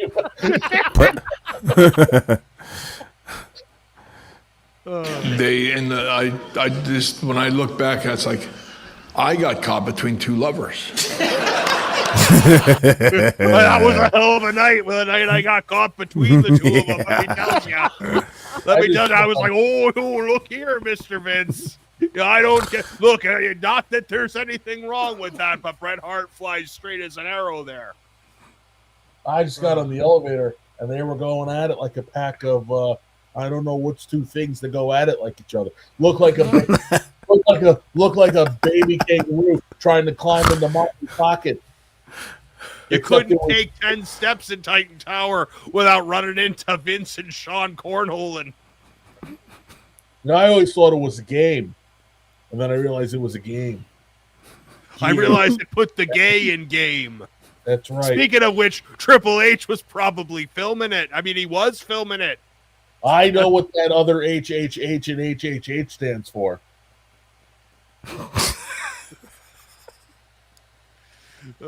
Humanitarian, because I want to get back on Raw this week. And I got shafted and screwed over, and Shawn was. So did Shawn, unless that's the joke he's making. Oh wait, hold on! Don't step on my joke. You're cutting off my actual punchlines there. And I got shafted and screwed over, and Shawn was so envious and jealous of my position that he finally had to sleep with Vince to get it. And this does not sound far-fetched. I was not going. You might have thought when I said I got shafted and screwed over, I was going for the obvious joke there. But you have to have a sense of humor to make jokes, and I don't have one. Oh, absolutely not. I don't think. Here's the. I don't think that if it happened, I don't think it was because HBK wanted to get ahead. I think it was two coked out men. There you have it. It was just. They were just coked out, and Shawn was a messed up guy, and Cocaine's a hell of a drug. Mm-hmm. Vince is clearly a maniac, and they just. He was in his WrestleMania 12 gear. I believe belt around his waist. I believe it's a beautiful love story. Sleeping on Vince's couch in the guest room. Come to my window. Oh. The two of them are dancing in a ballroom together while Bret Hart sits outside like Mrs. Potts. The tale is old as time. Yeah, Vince is just. I wish I knew how to quit you. I like how Bret tells this story as if there's no cameras there and there aren't maybe 300 people watching him say these things. 300 people gasping. Yeah. I didn't know how to cut a promo in the 90s, and I certainly haven't learned yet. I say all this with absolute. I would say it to Shawn if he was right here. I would be like, yeah. I would say a word that I'm not allowed to say on YouTube to him. I'm gonna make the point I'm trying to make. It's cut off, just like Bill Goldberg cut off my brain when he kicked me in the head. I would actually like to have Shawn come clean and say, "Look, we were lovers." 'Cause I'm sure they were. I don't understand Bret. why you're all laughing. Why? There's nothing funny about love. Shawn Michaels gonna roll up to you like, yeah, I did have gay sex with Vince. You got me. You got me, buddy. Listen, it's 2025. None of this is funny. I just want these two men to be happy with each other and live a life out in the open. I mean, the only excuse Vince could have possibly had for screwing me over at Survivor Series 97 is a crime of passion, eh? Because there's no other reason for it. Everything I did that day was perfect. I would love to know what the question was. Seriously. This is why I ass look good in these tights. The question the guy asked him to lead to this is like, how you doing tonight, Bret? Well, I think Vince and Sean were lovers. Yeah. You're not far off. Like the whole thing, the interview was that it was the anniversary of the screw job, and he was returning to Montreal. So the setup was just about Vince. He's already Sean, in a shit mood. This is basically the thing that this is like the first thing out of his mouth was this. What's the nuttiest, wackiest thing you could say in the next 5 seconds, Bret? Go ahead. Speaking of nuts and whacking, Vince and Sean were lovers. That's an underhanded throw, my friend. Absolute 100%. If I saw either Vince or Sean here, I would say I think you guys were lovers. I think the midget was tasteless. I think you went too far there, fella. Question, Bret, why didn't you say it before? I mean, you had plenty of opportunity. It's just listen. I needed time to complain about Goldberg, and then that. Who has the time anymore, really? So much bitching and moaning you got to do in a day. There's only 20. Yeah. He didn't know. If only there were two of me, I could get twice the bitches done. But unfortunately, there's only one Bret. All those bitches, I require rest. Bret 612 is probably a super optimistic. He's just like, oh, the wrestling business is going to go far. Everybody's great. This AEW, the next wave. I'm just grateful for the opportunities that I've gotten, man. Yeah. I just need to sleep for 30 days, and then I wake up fresh, and I'll tell you new things that Sean and Vince did. Yeah. All right. So this one is called Bret MJF. Oh, this one's great. Yeah, this one's great. It's a short one. I'm glad Bret didn't lose his hair, by the way. Being a detail guy, and John was always. I found John Cena to be okay. Let me set it up. He was answering a question about who he would like to work with of current. I'll tell you who I don't want to work with. That Bill Goldberg. He said John Cena was the first answer, and soon they just start yelling out names. So here. Why does Ricochet's finger smell like Shawn Michaels' breath? It's like that's why you got to go over it one more time all the time, and being a detail guy. And when I say go over it, I mean I have to beat them. We're in Montreal, and we all know Canada can't take another blow like that, eh? And John was always. I found John Cena to be just such a professional that I would love to have worked with him. Dude, Bret would work mostly for the payday because he was in the main event. Bret would work with Cena once. He'd be like, "Oh, he's a fraud. He's a loser. Exactly. Yeah. He doesn't know how to work." Why am I doing Is British? that guy? your Bret Hart? Yeah, fucking terrible. All right. New rule: you are no longer allowed to. I'm done with Bret any Hart. of my impressions. Hey, except that Bane one, man. Listen. I'm Duncan MacLeod of the Clan MacLeod. Yeah. To be fair, Marv threw like 3 fellas in earlier while he was doing Bret Hart. Yeah.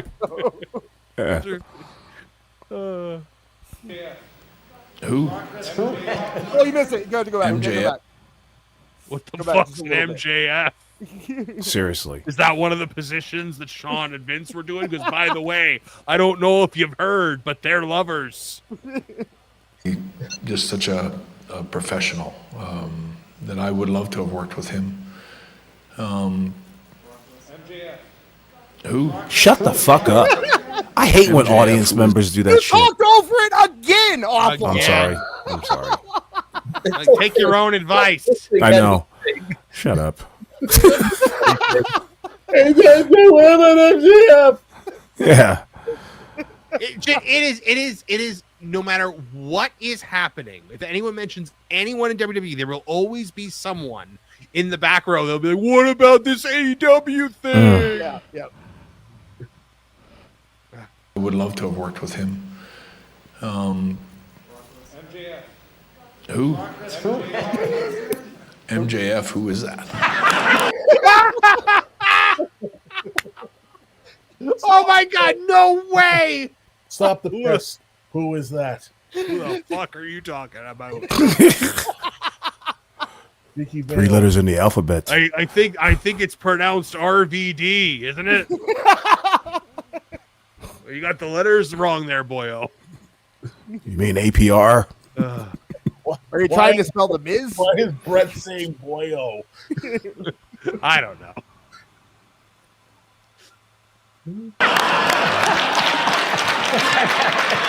So that's the best. That is the best response you can get. Yeah, no, that wasn't like me trying to be funny because, again, I've got absolutely no sense of humor. I legitimately don't know what the fuck those 3 letters you just strung together meant there, bud. Is it better that he says bud? Yeah, that's better. That's better. Yeah, okay. What do you think of my tuxedo? Right. Jesus. Yeah, I want to throw him a quarter. Up here, we just call it a tuxedo. We don't. I would love to have worked with him. Here we go again. MJF. Who? MJF, who is that? So that's the best. That is the best response you can get right there. Just curious. That guy's popping right now because he's like, oh, we're going viral twice. We're gonna be on Tooney Talk Wrestling. Woo! We're gonna be. Yeah. I hope So who is this it? makes number 2 show in Japan. Yo, I hear they do better than Jericho over there in Japan. So that's the best. That is the best response you can get right there. Just curious, though, who is it? It's AEW wrestler. AEW wrestler. Well, that explains why I don't know who it is. AEW wrestler. Might as well just shit in this cup. Here you go. Which is what Vince and Sean used to do. Oh, God. Do you remember that MJF actually did that Bret Hart promo where he was doing it? You know, he was walking backstage and the kid yelled, Max, and he turns around and he throws him. He like this probably hurts MJF so much inside to hear this. Die. Could you imagine if somebody yelled at FTR and he was like, who? Like, that would be the ultimate. The chat's saying that actually when Bret came in, apparently MJF worked with Bret, and Bret still doesn't know who MJF is. Yeah, you left a real great impression on me. So. No, I give everybody little nicknames, so I don't have to remember their names there. I want you to get right there. He was weepy because he was crying when I walked in the locker room. Sad, but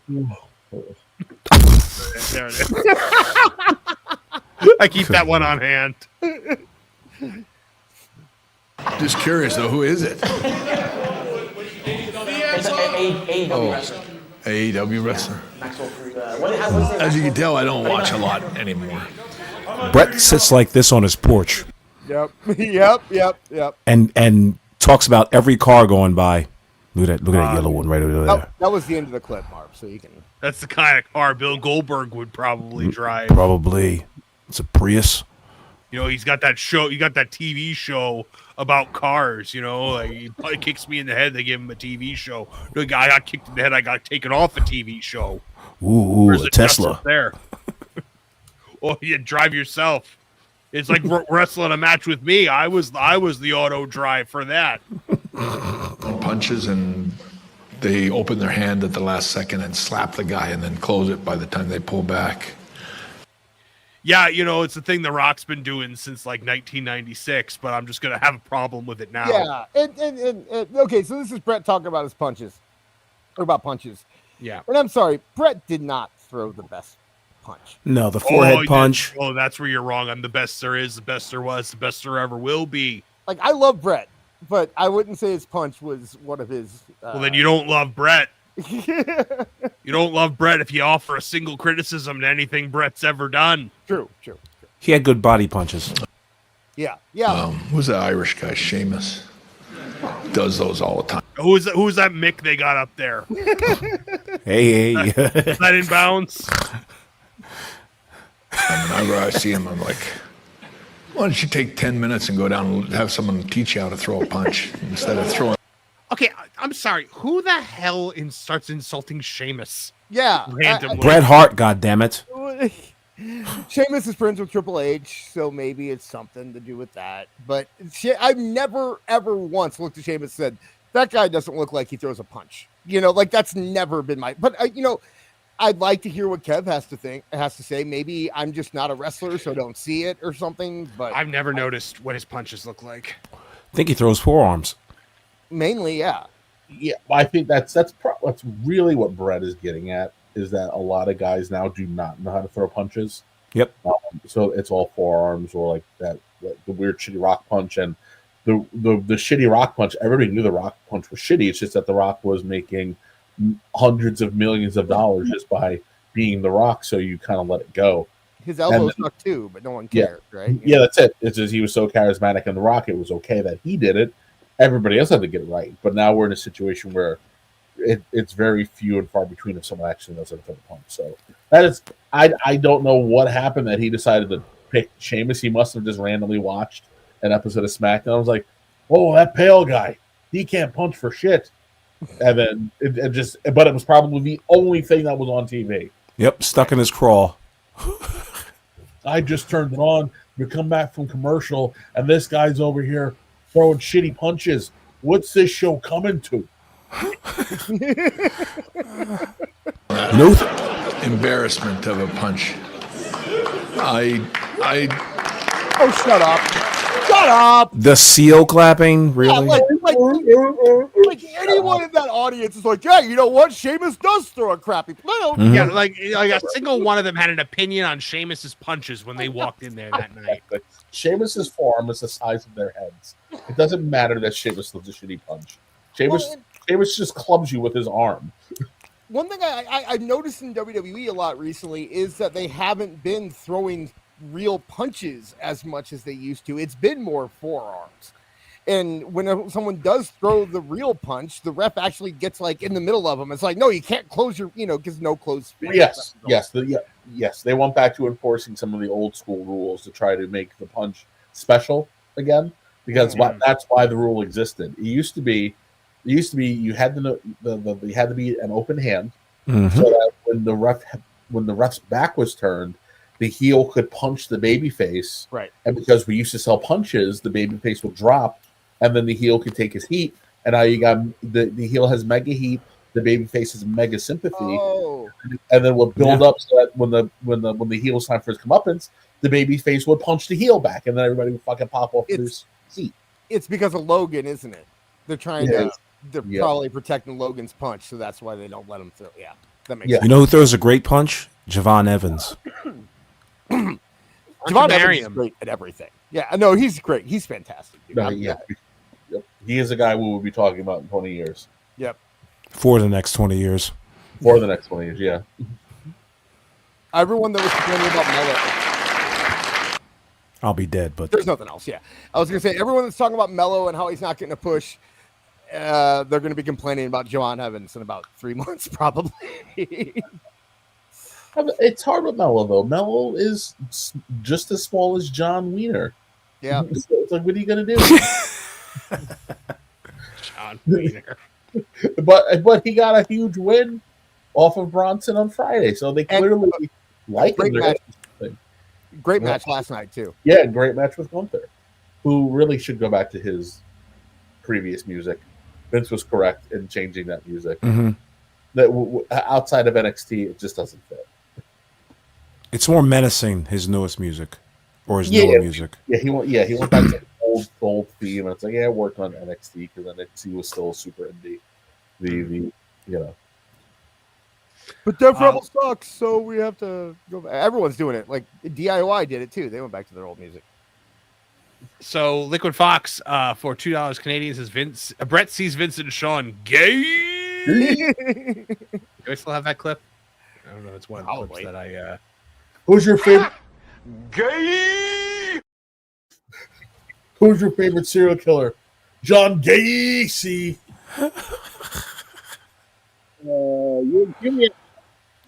From the water. Underwater. Ah, crap. All right, vamp for a second. No, you're good now. You're good now. Oh, I'm good now. All right. Yeah. You're back. Sperm whale came in for a minute.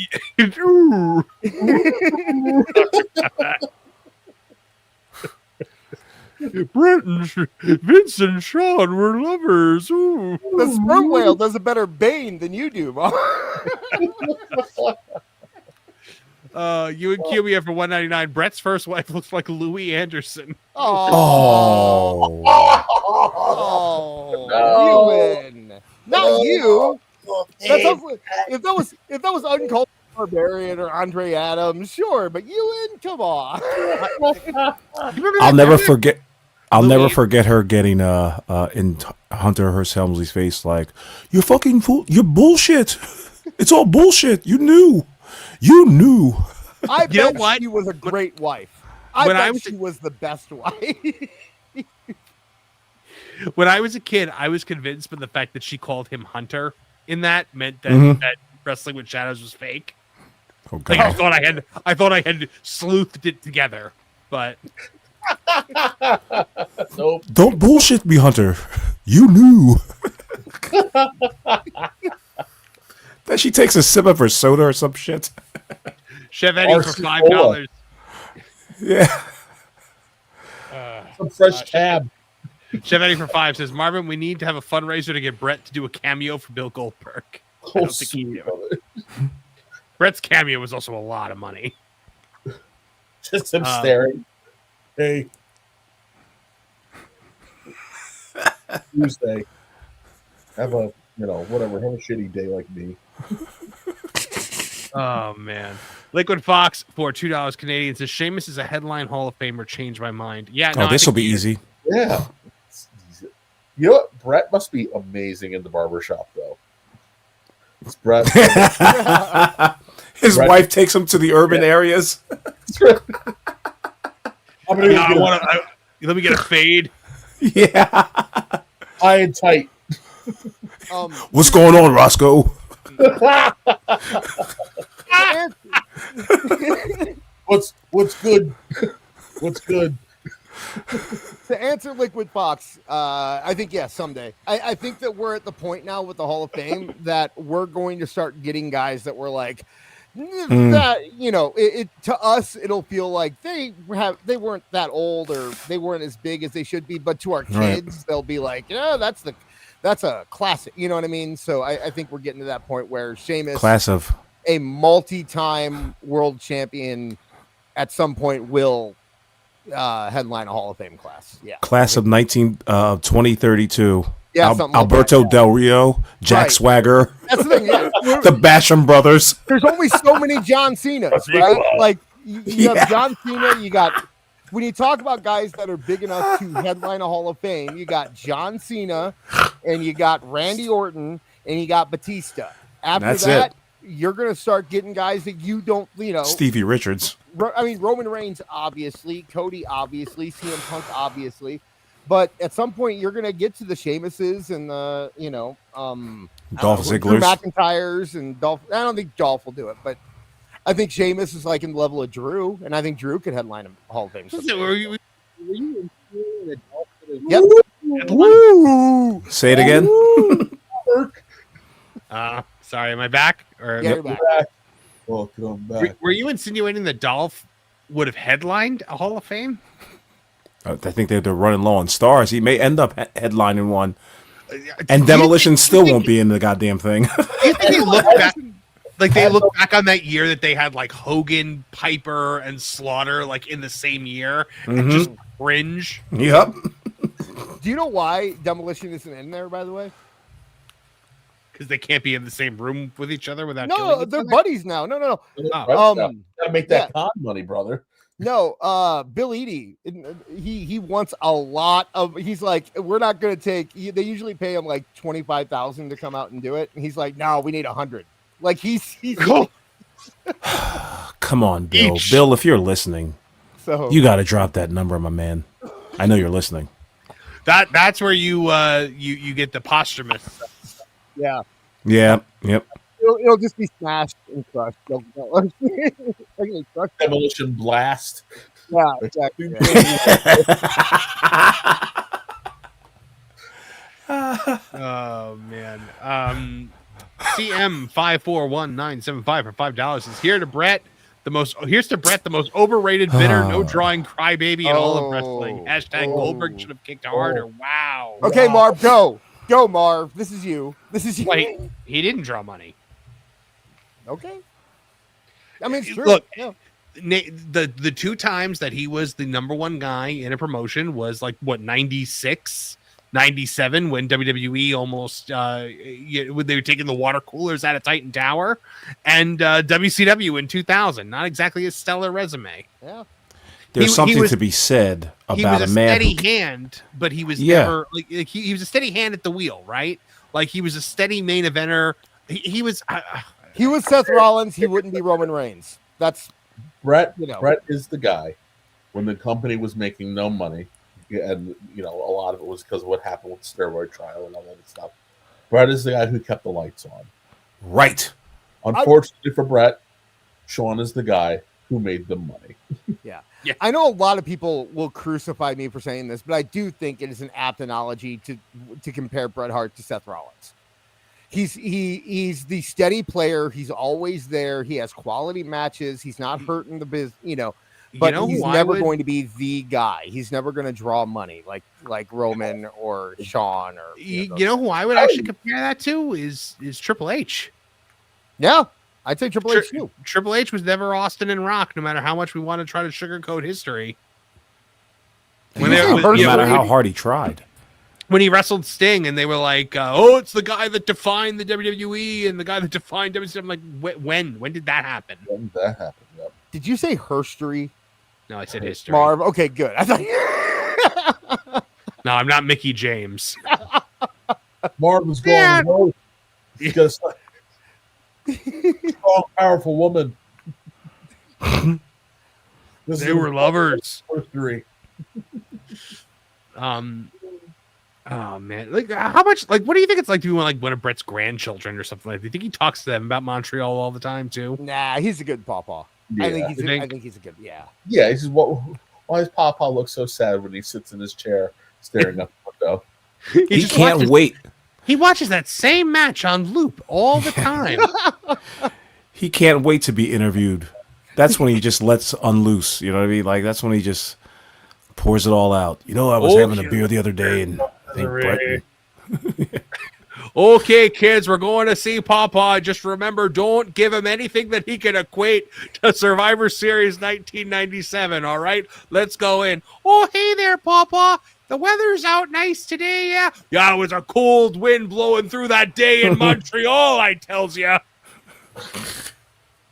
All right. Let's see. Well, so we have more in the saga of the AEW, the new AEW belt. Yes, the national title. Ricochet, our good friend, is the champion, and our producer, Wrestling Neckbeard, put out this tweet that took the world by storm. He said the new AEW national title is a blatant ripoff of the NWA World Television title. Tony respects tradition. Oh, did this one blow up? I mean, it was the first one that I saw that pointed this out, and I didn't see people jumped on it afterwards. Other posts got bigger, but Beard got there first. So. Well, okay, so let's take a look at these two belts. It's the same belt. It's the same. It's like down to the little swirlies next to the word champion. Yeah, the Venn diagram is a circle. Yeah, the Venn diagram is a circle on these two belts. It's the same thing. One says NWA, the other one says AEW. One is a TV title, the other one is a national title. Besides that, they're exactly the same. Now, look, obviously they can't. So let's, our good friend Phil Marks from Pro Wrestle Times had said that they should sue, and then of course, all of a sudden there was less space in the room. The NWA did not, has not, and will not ever own this design. Reggie Parks and his company own this design and dozens of others, and I own all of those belts, along with all of my father-in-law's worn hosiery. What? He buys Ric Flair's gear. Yeah. The problem with this is it's not about the design.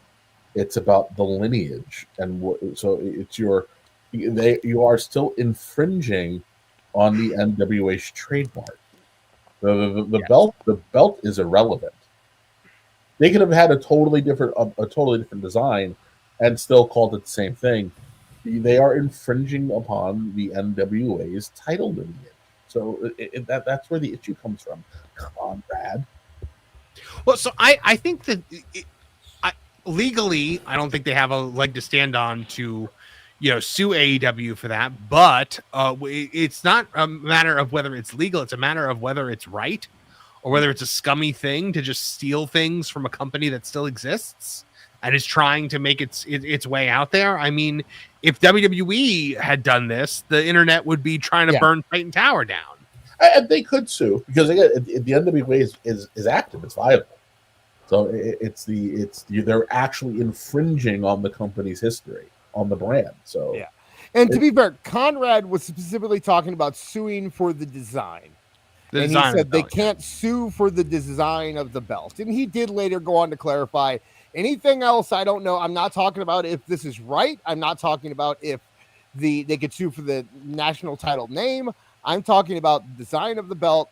If they looked like the TV title, they can't sue AEW for it. Yeah, Beard says that it's a matter of principle because the NWA is still using this belt. Yeah. You pull that footage up, and a judge sees that the NWA is still using that title. There isn't much to talk about here. Right. I agree. Yeah, the design isn't a big. I agree with you. The design is secondary. It sucks, and it's a shitty thing to do, but it's ultimately secondary to because I'm sure that he went, I want it to look like the NWA national title. And whoever made this said, well, NWA owns the rights to that, but Belts by Dan or whoever has the rights to the design of the TV title. We can make it look like that. And they're like, oh, that sounds great. That's what I imagine happened. Well, so here's the thing. Boris. I think he's being sarcastic. I hope so.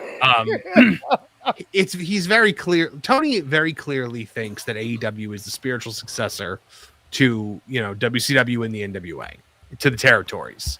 The problem is the successor to the NWA is the NWA, and it still exists, and it's their history that you're trying to steal. Yeah, it's the idea that you can pass the lineage through Turner when all Turner did was pick by Turner bought the lineage technically at some point. Yeah. But Billy Corgan bought it from them. So they have no what happens if Paramount doesn't get their way and WB still splits and now AEW is no longer on Turner Networks, it's now on Discovery whatever. I'm sorry. Anyway, we have to be realistic. Like, yes, Turner bought the rights and all that crap, but who bought the rights from Turner? Right. That's what I'm saying. Yeah. The NWA only exists because Vince McMahon was like, I don't really give a crap about this. We're never going to use this footage anyway. So it's like, this is just such a stupid, scummy thing to do. It's ethically improper, to say the least. And I'm enjoying watching all these AEW stands prove themselves hypocrites once again. Do you guys think, who was lazier, Tony Khan or Reggie Parks, to allow this to even go this far? It's the same damn mold. Only a few letters are, changed around. This was a request. A request by Tony Khan. I don't think Reggie Parks was just like, I'm just going to give him the NWA TV title and hope he doesn't notice. Yeah, the last person in the world who would not notice that is Tony Khan. Well, and I believe that Belts by Dan even said they brought it to me and I wouldn't do it because I did not own the rights, but I sent them to the people who owned the rights. So they came to him with the design, or at least the idea of the design of what they wanted. So interesting. But yeah, that's where both we are. belts look hideous, by the way. Well, I like that belt design. Listen, the NWA one is a much better looking belt, but it's also very dated, and it's kind of goofy that a modern belt is this small and looks this way. Right. And I love, by the way, in Phil's replies, there was a guy who just went on and on about how the WWE World Championship or something was a ripoff of the AWA title. And it's just like, yeah, that was 45 years ago. And I would probably have complained about it back then if I was around. But I saw someone else say, apparently they're both ripoffs of Rocky. The design was originally made for Thunder Lips and Rocky 3. That's interesting. Oh, yeah, it does look like that. Hogan's belt, yeah. Yeah, that's true. So, just go figure. Interesting stuff. It's a lot of this stuff is all derivative. It's just, again, we wouldn't even if the belts look similar, you could go, it's an homage. But the fact that they went on TV and legitimately tried to Devo another company's it's like it's time to stop and have a conversation about this clown show. Especially when, I mean, and to be fair, I get that they don't probably care what Billy Corgan's doing with the NWA and that there's heat between all of them. But the NWA is entirely built on legacy. So when you actively claim that legacy to be your legacy instead of theirs, all you're doing is putting your foot down on them. That's all you're doing. There's no other excuse for it. You know, AEW gains nothing by saying the national title is ours. They gain nothing except hurting NWA. I would also say it shows how weak they are, though. This is a company that is a dearth of fresh ideas. I mean, we talked about it on Twitter for a little bit. What has AEW actually done that has innovated the space? I don't think they've actually offered anything. They've rehashed old concepts and decided to bleed all over it. But in terms of a fresh new match, listen, as dumb as the King of the Mountain match is, hey, it was a new match. You know, TNA offered a lot. WCW gave you stuff. ECW gave you stuff. You know, WWE blazes the way. You know, even the Japanese feds. Well, what has AEW offered up in its 6 years that was not derivative of something someone else has done? Right? Yeah, God, that's just War Games with less talent. TNA gave us the X Division. It arguably changed the business. It changed women's wrestling on top of it. And knockouts. Yeah. AEW gave us Stadium Stampede. That's probably, which is really just a giant version of the empty arena match. Well, yeah, but right? What about the Orange Cassidy match with the pools of orange juice? Yeah, didn't we have this guy? Kev, wasn't it you who I said something like, all they gave us was Hologram, which is Tony's creative wrestler in No Mercy from 1997. That's the only thing AEW has given us. You know, I had somebody in my comments talking a little while ago about how, like, you can't. It was a comparison where it's like, well, WWE did this for TNA, but AEW had their world champion in TNA. And I think I've come to the conclusion AEW is not comparable to WWE. You can't make that comparison. AEW is NXT. That's who you have to compare them to. And so WWE sent their NXT champion to TNA. So it's the same thing because you cannot put AEW on WWE's level, especially when they're doing stuff like this. When they're trying to take out companies the size of NWA who are just barely hanging on. Like, it's silly. Yeah, you're not wrong. I'm sorry. Boris said AEW has given us a woman's blood and guts. WWE did a women's War Games. 5 years ago or something in NXT? So yeah, but they didn't lose 5 pints of blood.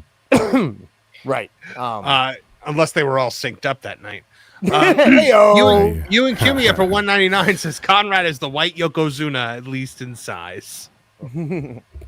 And then Liquid Fox for another $2 says AEW did do something important and exposed Meltzer. Yeah, Meltzer was exposed. That's actually true. Like nobody cared really. Though I would argue that that Conrad and his podcast kind of exposed Meltzer because he was always using Meltzer as like the chat me up. Meltzer would report that, and you were getting Bruce Pritchard for the first time in public. Yeah, just ripping him to shreds. Well, and Cody did it. You could argue that Cody did it back in the day when he did the All In stuff. You could argue that. I mean, it really, if you paid attention, every shoot interview has had somebody bitching about Meltzer. I mean, that's nothing. That's nothing new. He was really exposed back during when all the way back to like when he said Mabel was going to join the NWO. People stopped. Mabel.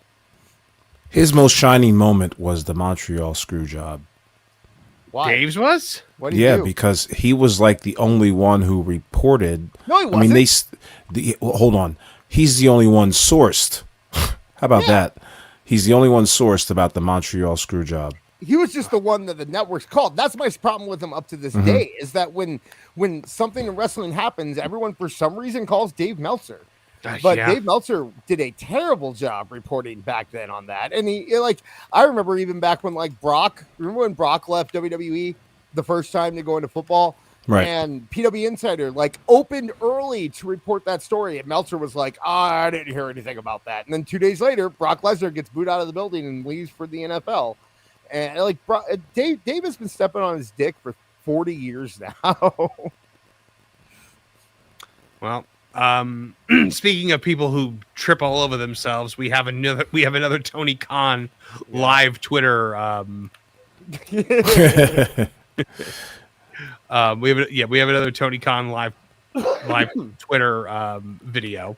So now, you told me that your source has claimed that the reason he does these is because it makes him seem relatable. Yes, he thinks that it makes him seem like one of the people.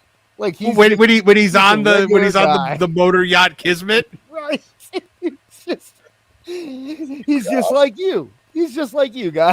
I need to connect with the little people.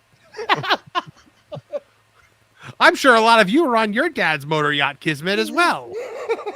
I'm wearing a blue shirt so that I can be blue collar just like you. All right, how is this one sped up? No, it's only 5 minutes, so I just okay. Yeah, all right, here we go. You can see him in all his glory. Oh. Hey, it's great Jesus. to see you. Look, I've got a mug just like you guys. You drink out of mugs too, right? I'm in front of a garage. Everybody's got a garage. We're minutes away from Wednesday Night Dynamite, and it's a huge week for AEW. We're going live. It's Full Gear Week. This is one of the best weeks of the year in AEW. It's one of my personal... He looks so high right now. He does. More than normal for these. Yeah. Yes, absolutely. Isn't this the week where they lost 100,000 people? 108. Yeah, they lost 108,000 viewers. All right. So, great week. Here, hold on. Let's go back. Live. It's Full Gear Week. This is one of the best weeks of the year in AEW. It's one of my personal favorite weeks of the entire year. Hold on. Before sorry, I didn't cut you off, but why are his glasses foggy? Yeah, Erica I was just pulling that up from the chat with Erica. Why are his glasses not clean? He just got out of he was taking a steam, guys. He just got out of the sauna. Vaping. Yeah, it's all the heat coming out of his eyes right now from all the junk that he's on. Full Gear is always an awesome pay-per-view, and tonight is the go-home show. It's Wednesday Night Dynamite. We've got a great hour of Collision coming up after Dynamite. It all kicks off at 8 p.m. Eastern, 7 p.m. Central tonight. And the action has been fast and furious backstage. There's a lot of... And just like Fast and Furious, it's all about family. So Northern DC said, why does he always have a drink in his hand? Does anybody watch 30 Rock? The episode with Alec Baldwin, he was doing the commercial, or he was doing the video, and he didn't know what to do with his hands, so he grabbed one cup of coffee and he grabbed another cup of coffee, and he's like, "This feels right. I think this feels right." That's what Oh my god! I guarantee you, it's because he doesn't know what to do with his hands. Exactly, 100%. Because look at his other hand. Watch his other hand. People who want matches and want opportunities to fight on tonight's show. There's already so much great action in 3 hours, but we've got some of the biggest wrestlers in AEW that have busted into this office already tonight. Looking for they're busting into his office already tonight. Just like you're about to bust out of that jacket. I mean, this guy's a billionaire dressed like a substitute teacher. What's going on with him? Like shave, man. Like Mr. either grow a beard or shave. Mr. Tony, is it time for your nap yet? We saw her last week. we were exposed. Oh my gosh. Consuelo. His faded black pants. the opportunity to wrestle on tonight's show. In particular, earlier, and we had the now hang on a second. He's getting thrown People are off. just- Oh my! Now hang on a second here. Like, what are you, Mr. Belding? Like, well, now hang on a second here. Somebody's coming in. I bet it's Kyle Fletcher because he's the Could only that one be? who will do this. Let's go see now, boys and girls. He walks over. busting in left and right. There may be more action here, but busting I do left and believe right. we've got No one? Nope. an opportunity. Hopefully, the mail clerks on their cigarette interruptions, break. have ended here, ladies and gentlemen, because it's already been quite fast and furious in this office tonight. Earlier tonight, It's been Tokyo Drift in this office here tonight. What is going on to his side? I have not pre-watched this, so I have no idea what's going on. Wait. So that wasn't like. I don't know. I thought I it was. assumed that was somebody coming in to do like a skit with him. Hell but no. You think you would do it by now if he was going to do it? Wait, so was it just like people being noisy around him? People while he's being doing- noisy around him. Exactly. Nothing comes out of this. Also, he's calling this his office. What office has walls like that? Dunder Mifflin. He's the shift manager at Meineke, apparently. Yeah. No, I'm coming to you guys live from my office at the U-Haul storage. Right. They look. I mean, you could just rent the unit. You could put a desk in there. Nobody says anything to you about it. Thanksgiving Day special. after Blood and Guts, there was a This big man needs a woman. big uproar from the Death Riders. Swear We to God. saw at AEW Collision, John Moxley has some unresolved. Well, to be fair, Tony, people didn't see that on Collision because nobody watched it. I don't know, Tony. You feel like blinking tonight? I mean, what's going on over here?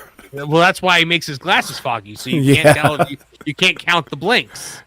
If you wanna hang out, you've got to hang about. all feelings about what happened at Blood and Guts. John Moxley really wants to get back in the ring tonight. We heard John Moxley on commentary. Does he? On Does he Collision. really? What point does this serve? Like, what does he think he's accomplishing with these Twitter videos? I have to know. He swears he's Gene Okerlund Yep. and Tony Schiavone and Jim Ross and Joe You've got- Pedicino. God bless You've his got to heart. be putting me on. It Yeah. really does feel like he's just like I it's not good enough to be Vince McMahon. It's not good enough to be Bill Watts. It's not good enough to be Ted Turner. I need to be Tony Schiavone and Todd Pettengill too. Like he just wants to be. He can't be a wrestler, so he has to be everything else. But not actually appear on his TV show. To me, I got to give him credit for that. Like, I really thought that by now he was going to be an on-air character. Hold it right there Yeah, he now, was Marv. for a He was while. on and on. He was on the air. I think maybe 3-4 weeks ago. He would come out of busting out of his office and declare matches Yeah. while the And wrestlers stood there stunned. And are we gonna forget the tumble down the ramp and then broken neck and all that stuff that he was? No, an but on-screen I mean, character. like on the regular, like the way Vince was. I mean, for He's like 3 trying. months, he was. Yeah. It's just he was so bad that they apparently pulled him back. He was an on-screen But he's character the for one like that has 3 to pull months. himself back. Nobody can Yeah. tell him to pull back. So somebody must have said to him, like, Tony, you're terrible on TV. Yeah. And he listened. Right. Nope, nobody told him that because he's still doing interviews this where and that where. Honestly, you know why I think he's not on TV is because of the ESPN interview.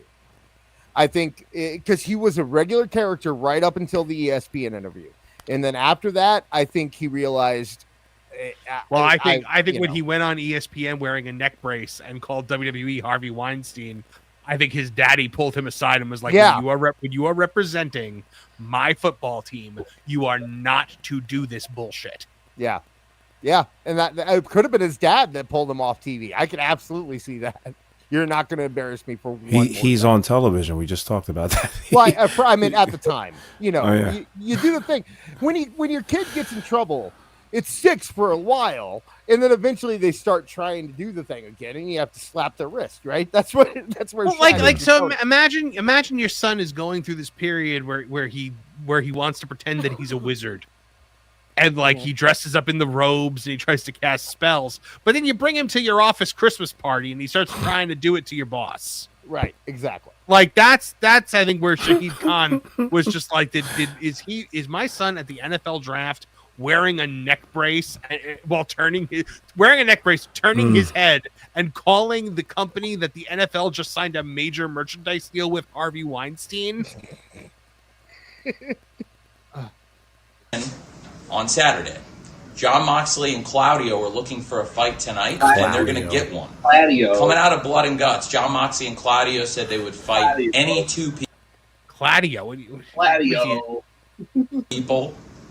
people from the Blood and Guts match in particular. And we've got two wrestlers, two of the top stars, looking to fight tonight, looking to fight the Death Riders tonight. And I'm talking about Orange Cassidy and Roderick Strong. Orange Cassidy and Roderick Strong. Who's Orange Cassidy? Yeah. Orange Cassidy. Yeah, it's kicking in. Riders tonight on AEW Dynamite. And we've got so much great action tonight. Hangman versus Shibata, Mercedes Moné versus Red Velvet. We've got AEW World Tag Team Championship quarterfinals for the women's division. We've got so much great action ahead of Full Gear this weekend. And this weekend we also have $1 million match. The Young Bucks and Josh Alexander. Because everybody's got a price for the $1 million match. Versus the Jurassic Express and Kenny Omega. Jurassic? Jesus Christ, what's going on with him? Hey, if Virgil were still alive, do you think Tony would have had him there for the $1 million match? Oh God, yes, absolutely. Or Virgil would have at least tried to be there for it. Yeah. He'd have been selling Polaroids out in the parking lot. Are you kidding? Virgil would be employed. Virgil would be in that company every week. And Kenny Omega's returning to AEW right here tonight. And I mentioned we've had interruptions. We've had people busting in left and right. It's been crazy chaos and in a good way. Because matches. Crazy chaos in a good way, though. Don't show us the chaos. Nobody would want that. People want the opportunity to wrestle tonight, and I want to give it to them. We had a great match at Collision. Scorpio Sky challenging for the TNT title against Kyle Fletcher of the Don. Hope you enjoyed him, because you're never going to see him again. Palace family. And there was some action after the match. There was some aftermath. There's some unresolved issues. Josh Alexander has got some unresolved issues with a lot of people. And we know Kenny Omega is back tonight. What narrative does he think he's weaving here? He's weaving left and right, looks like. He's weaving so much they're going to pull him over. And Josh Alexander's in the house. So you know after what happened in Nakazawa. In the house! God damn it.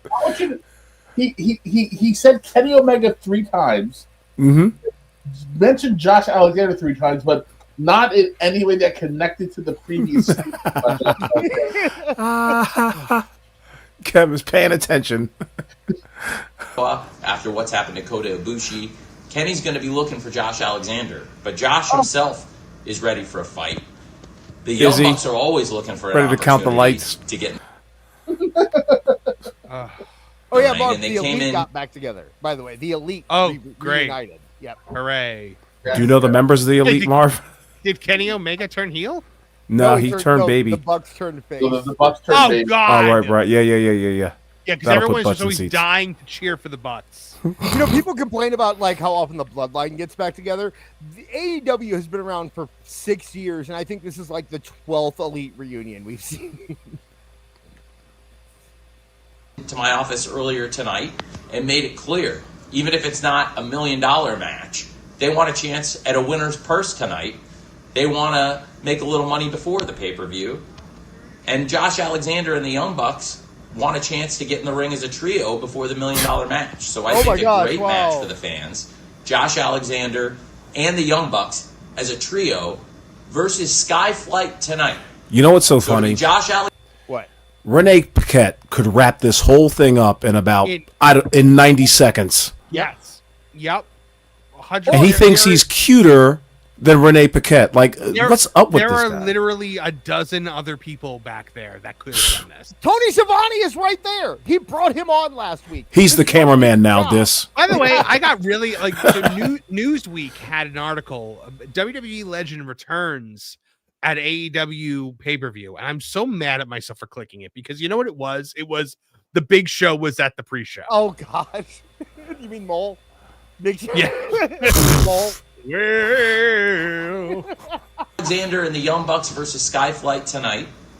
Kenny Omega is going to make his return tonight. We've got the Oh my God! You said it 3 times already. Death Riders, John Moxley and Claudio Castagnoli teaming up against Roderick Strong and Orange Cassidy. Who cares? Did he just lift Jeopardy himself? match. This is like Kazuchika talking Okada. to my 2-year-old son. This is like talking to my 2-year-old son. He just himself. It seems like a 5th grader doing a presentation, right, in class. Like they're just reading right off the paper the whole time. Yeah, and now he's grasping the mug with 2 hands. Yep. Yeah. Or He's super versus nervous. Masquerade a Nia Jax promo, whatever you want. Dorada. It's a 3-hour show tonight, and it feels like a pay-per-view lineup. And it's commensurate with the kind of week this is. It's AEW Full Gear Week. Yep, he certainly did. He's worse than me. It's a 3-hour show tonight, and it's going to be one of the best lineups of wrestling we've ever put together. Ever. You couldn't ask for a more exciting lineup of we show could. wrestling than what we've got for you tonight on Wednesday Night Dynamite plus Collision. And after the wrestling ends, don't go anywhere because we got the countdown to Full Gear. We've got all those great video Fuck you. packages and all those great interviews leading into the big Got work in the pay-per-view morning. matches. And the team's done a great job putting these videos. Good Lord. Hey, did anybody see the Rizzler? The Rizzler has to take on Hezbollah. Oh, fuck. They did a whole YouTube video about the Rizzler talking about Hezbollah.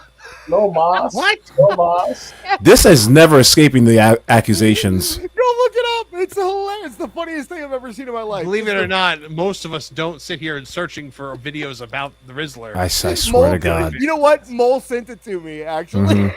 because he knows about your weird obsession. Right. Mole thought it was funny, too. Leave me alone. Thought it was funny that you, a grown man, has an obsession with an overweight child. You should watch it. It is hilarious. I They bet asked you it's Mole not. about Hezbollah. That's the funniest thing ever. Together. The wrestlers are fired up. You're not going to want to miss what they have to say on the countdown to Full Gear. And it's all coming up just minutes from now on TBS and on HBO Max. 8 p.m. Eastern, 7 p.m. Central. It starts very soon, and we'll see you on Dynamite tonight. They should show him running like a girl to the gorilla position. Hey, he's giving the guns. He's giving the finger guns. Look at it. Oh, It's okay. 2025. Are we really going to keep doing that, Tony? He's like, hey. Hey. Wait, so what are these things you just added here, Des? Okay, so yeah, can I pull him up? Yeah, go ahead. Okay, so there's always a lot of talk about him and his girlfriend. He does have a girlfriend, and here they are with Ric Flair and his lady. But yeah, he has a lady. So What's your point? He still writes terrible television. I thought it was important because everyone, I just thought we should give him a little credit. Also, apparently Virgil was in it. He does what men do. How about that? Give him credit. No way. You don't remember when Virgil came out with Jericho? No, I don't. No. And no, that's not me. No, you look like Dave Chappelle. All right. Gosh, I am pretty much tapped. Yeah, that's a show. That's a show. Yeah. So Pro is currently on the air doing his Zootopia 2 review, and then at 11 o'clock we have got the Lauren and Apollo show coming up, where I think it's going to be the whole Tooney Talk TV crew is going to be on Lauren and Apollo tonight, right, Kev? I believe so. I've been involved in work stuff all day, so I have no idea what's actually going on. I guess I'm more plugged into your show tonight than you are. But yeah, Dis, awful. What do you guys got going on? Well, I wasn't sure if we were going to, but we're gonna go on a big celebration to celebrate Awful being monetized. Awesome. We're gonna go on Saturday, correct, Awful? I believe so, yes. Yeah, we're gonna do a Survivor Series post game show. So we will hang out. We will be able. I'm gonna set everything up so we get all the super chat things taken care of, so we can have little fun sounds and everything with them. And we will be there around 11 p.m. Eastern, since WWE actually knows how to end the show on time. And we'll be doing the post-game show. Awful. Well, I do have. Well, I'll do my other thing real quick. I am working on a video. I've decided I'm going to make actual wrestling videos. So I'm working on something for War Games. I'm almost done with it. It should be out before the end of the week. I want to get it up before War Games. So I don't know where that's going to land, but pay attention to the Discord and my Twitter page, and we'll figure it out. Also, talk about your channel. Oh, sorry, Yeah, Marv. I didn't know you were going to talk. Sorry. Yeah, that's all. You know, this explained it very well on YouTube at Awful Wrestling. And again, just want to thank you guys for supporting the channel, and thank the panel here for helping me along the way. Well, we're very happy for you, buddy. Keep up the good work. So Thursday, obviously, we're not going to have Tooney Talk TV because it's Thanksgiving, but Friday night, we are going to do a special lead into the Lauren and Apollo show over on the Tooneytown TV channel, where we're going to do a special episode of Tooney Talk TV where we are all going to be playing Mario Kart. So it's going to be our first co-op game stream. So make sure you guys join for that. Very nice. Yep. So, all right. Thank you to everyone who chatted. Oh, hold on. Let me see if we have any more super chats. We might have missed. Yeah, I did actually miss a few. Let's see. Liquid Fox for $2 Canadian says it's PTSD tick from Punk making him scared. Hey. You and Cumia for $4.99 says Tony liked the part of Harry Potter when Harry was with the horse. Never seen it. Oh, I get it. Took me a second. Anthony J for $2 says Adam Pearce does this walking his dog in 30 seconds. True. Yeah. Hey, that's so and it's true. better. It's so much better. Yeah. Because he's an actual showman who could talk like a human being. Great guy, too. Great guy. We love it. All right, guys. Well, that does it for this week. We'll see you guys next week on Tuesday. Have a great, happy Thanksgiving to everyone. And from all of us here at the Tooneytown channels, I'm Mar the Movie Monster. Now get out of here! Now, Perry the Platypus, feel the wrath of my thank you-inator! Thank you, you piece of trash. Thank you. Thank you. Thank you! Oh, I suppose you want me to say thank you. Well, you know what? Saying thank you is like jobbing. Thank you! I got a little message. Thank you. Ooh, yeah. Oh, thank you! Oh, thank you! Thank you! Thank you! Thank you! Thank you! Thanks? For what? Hi-ho from all of us here at Tooneytown. Thank you! And viewers like you. Thank you.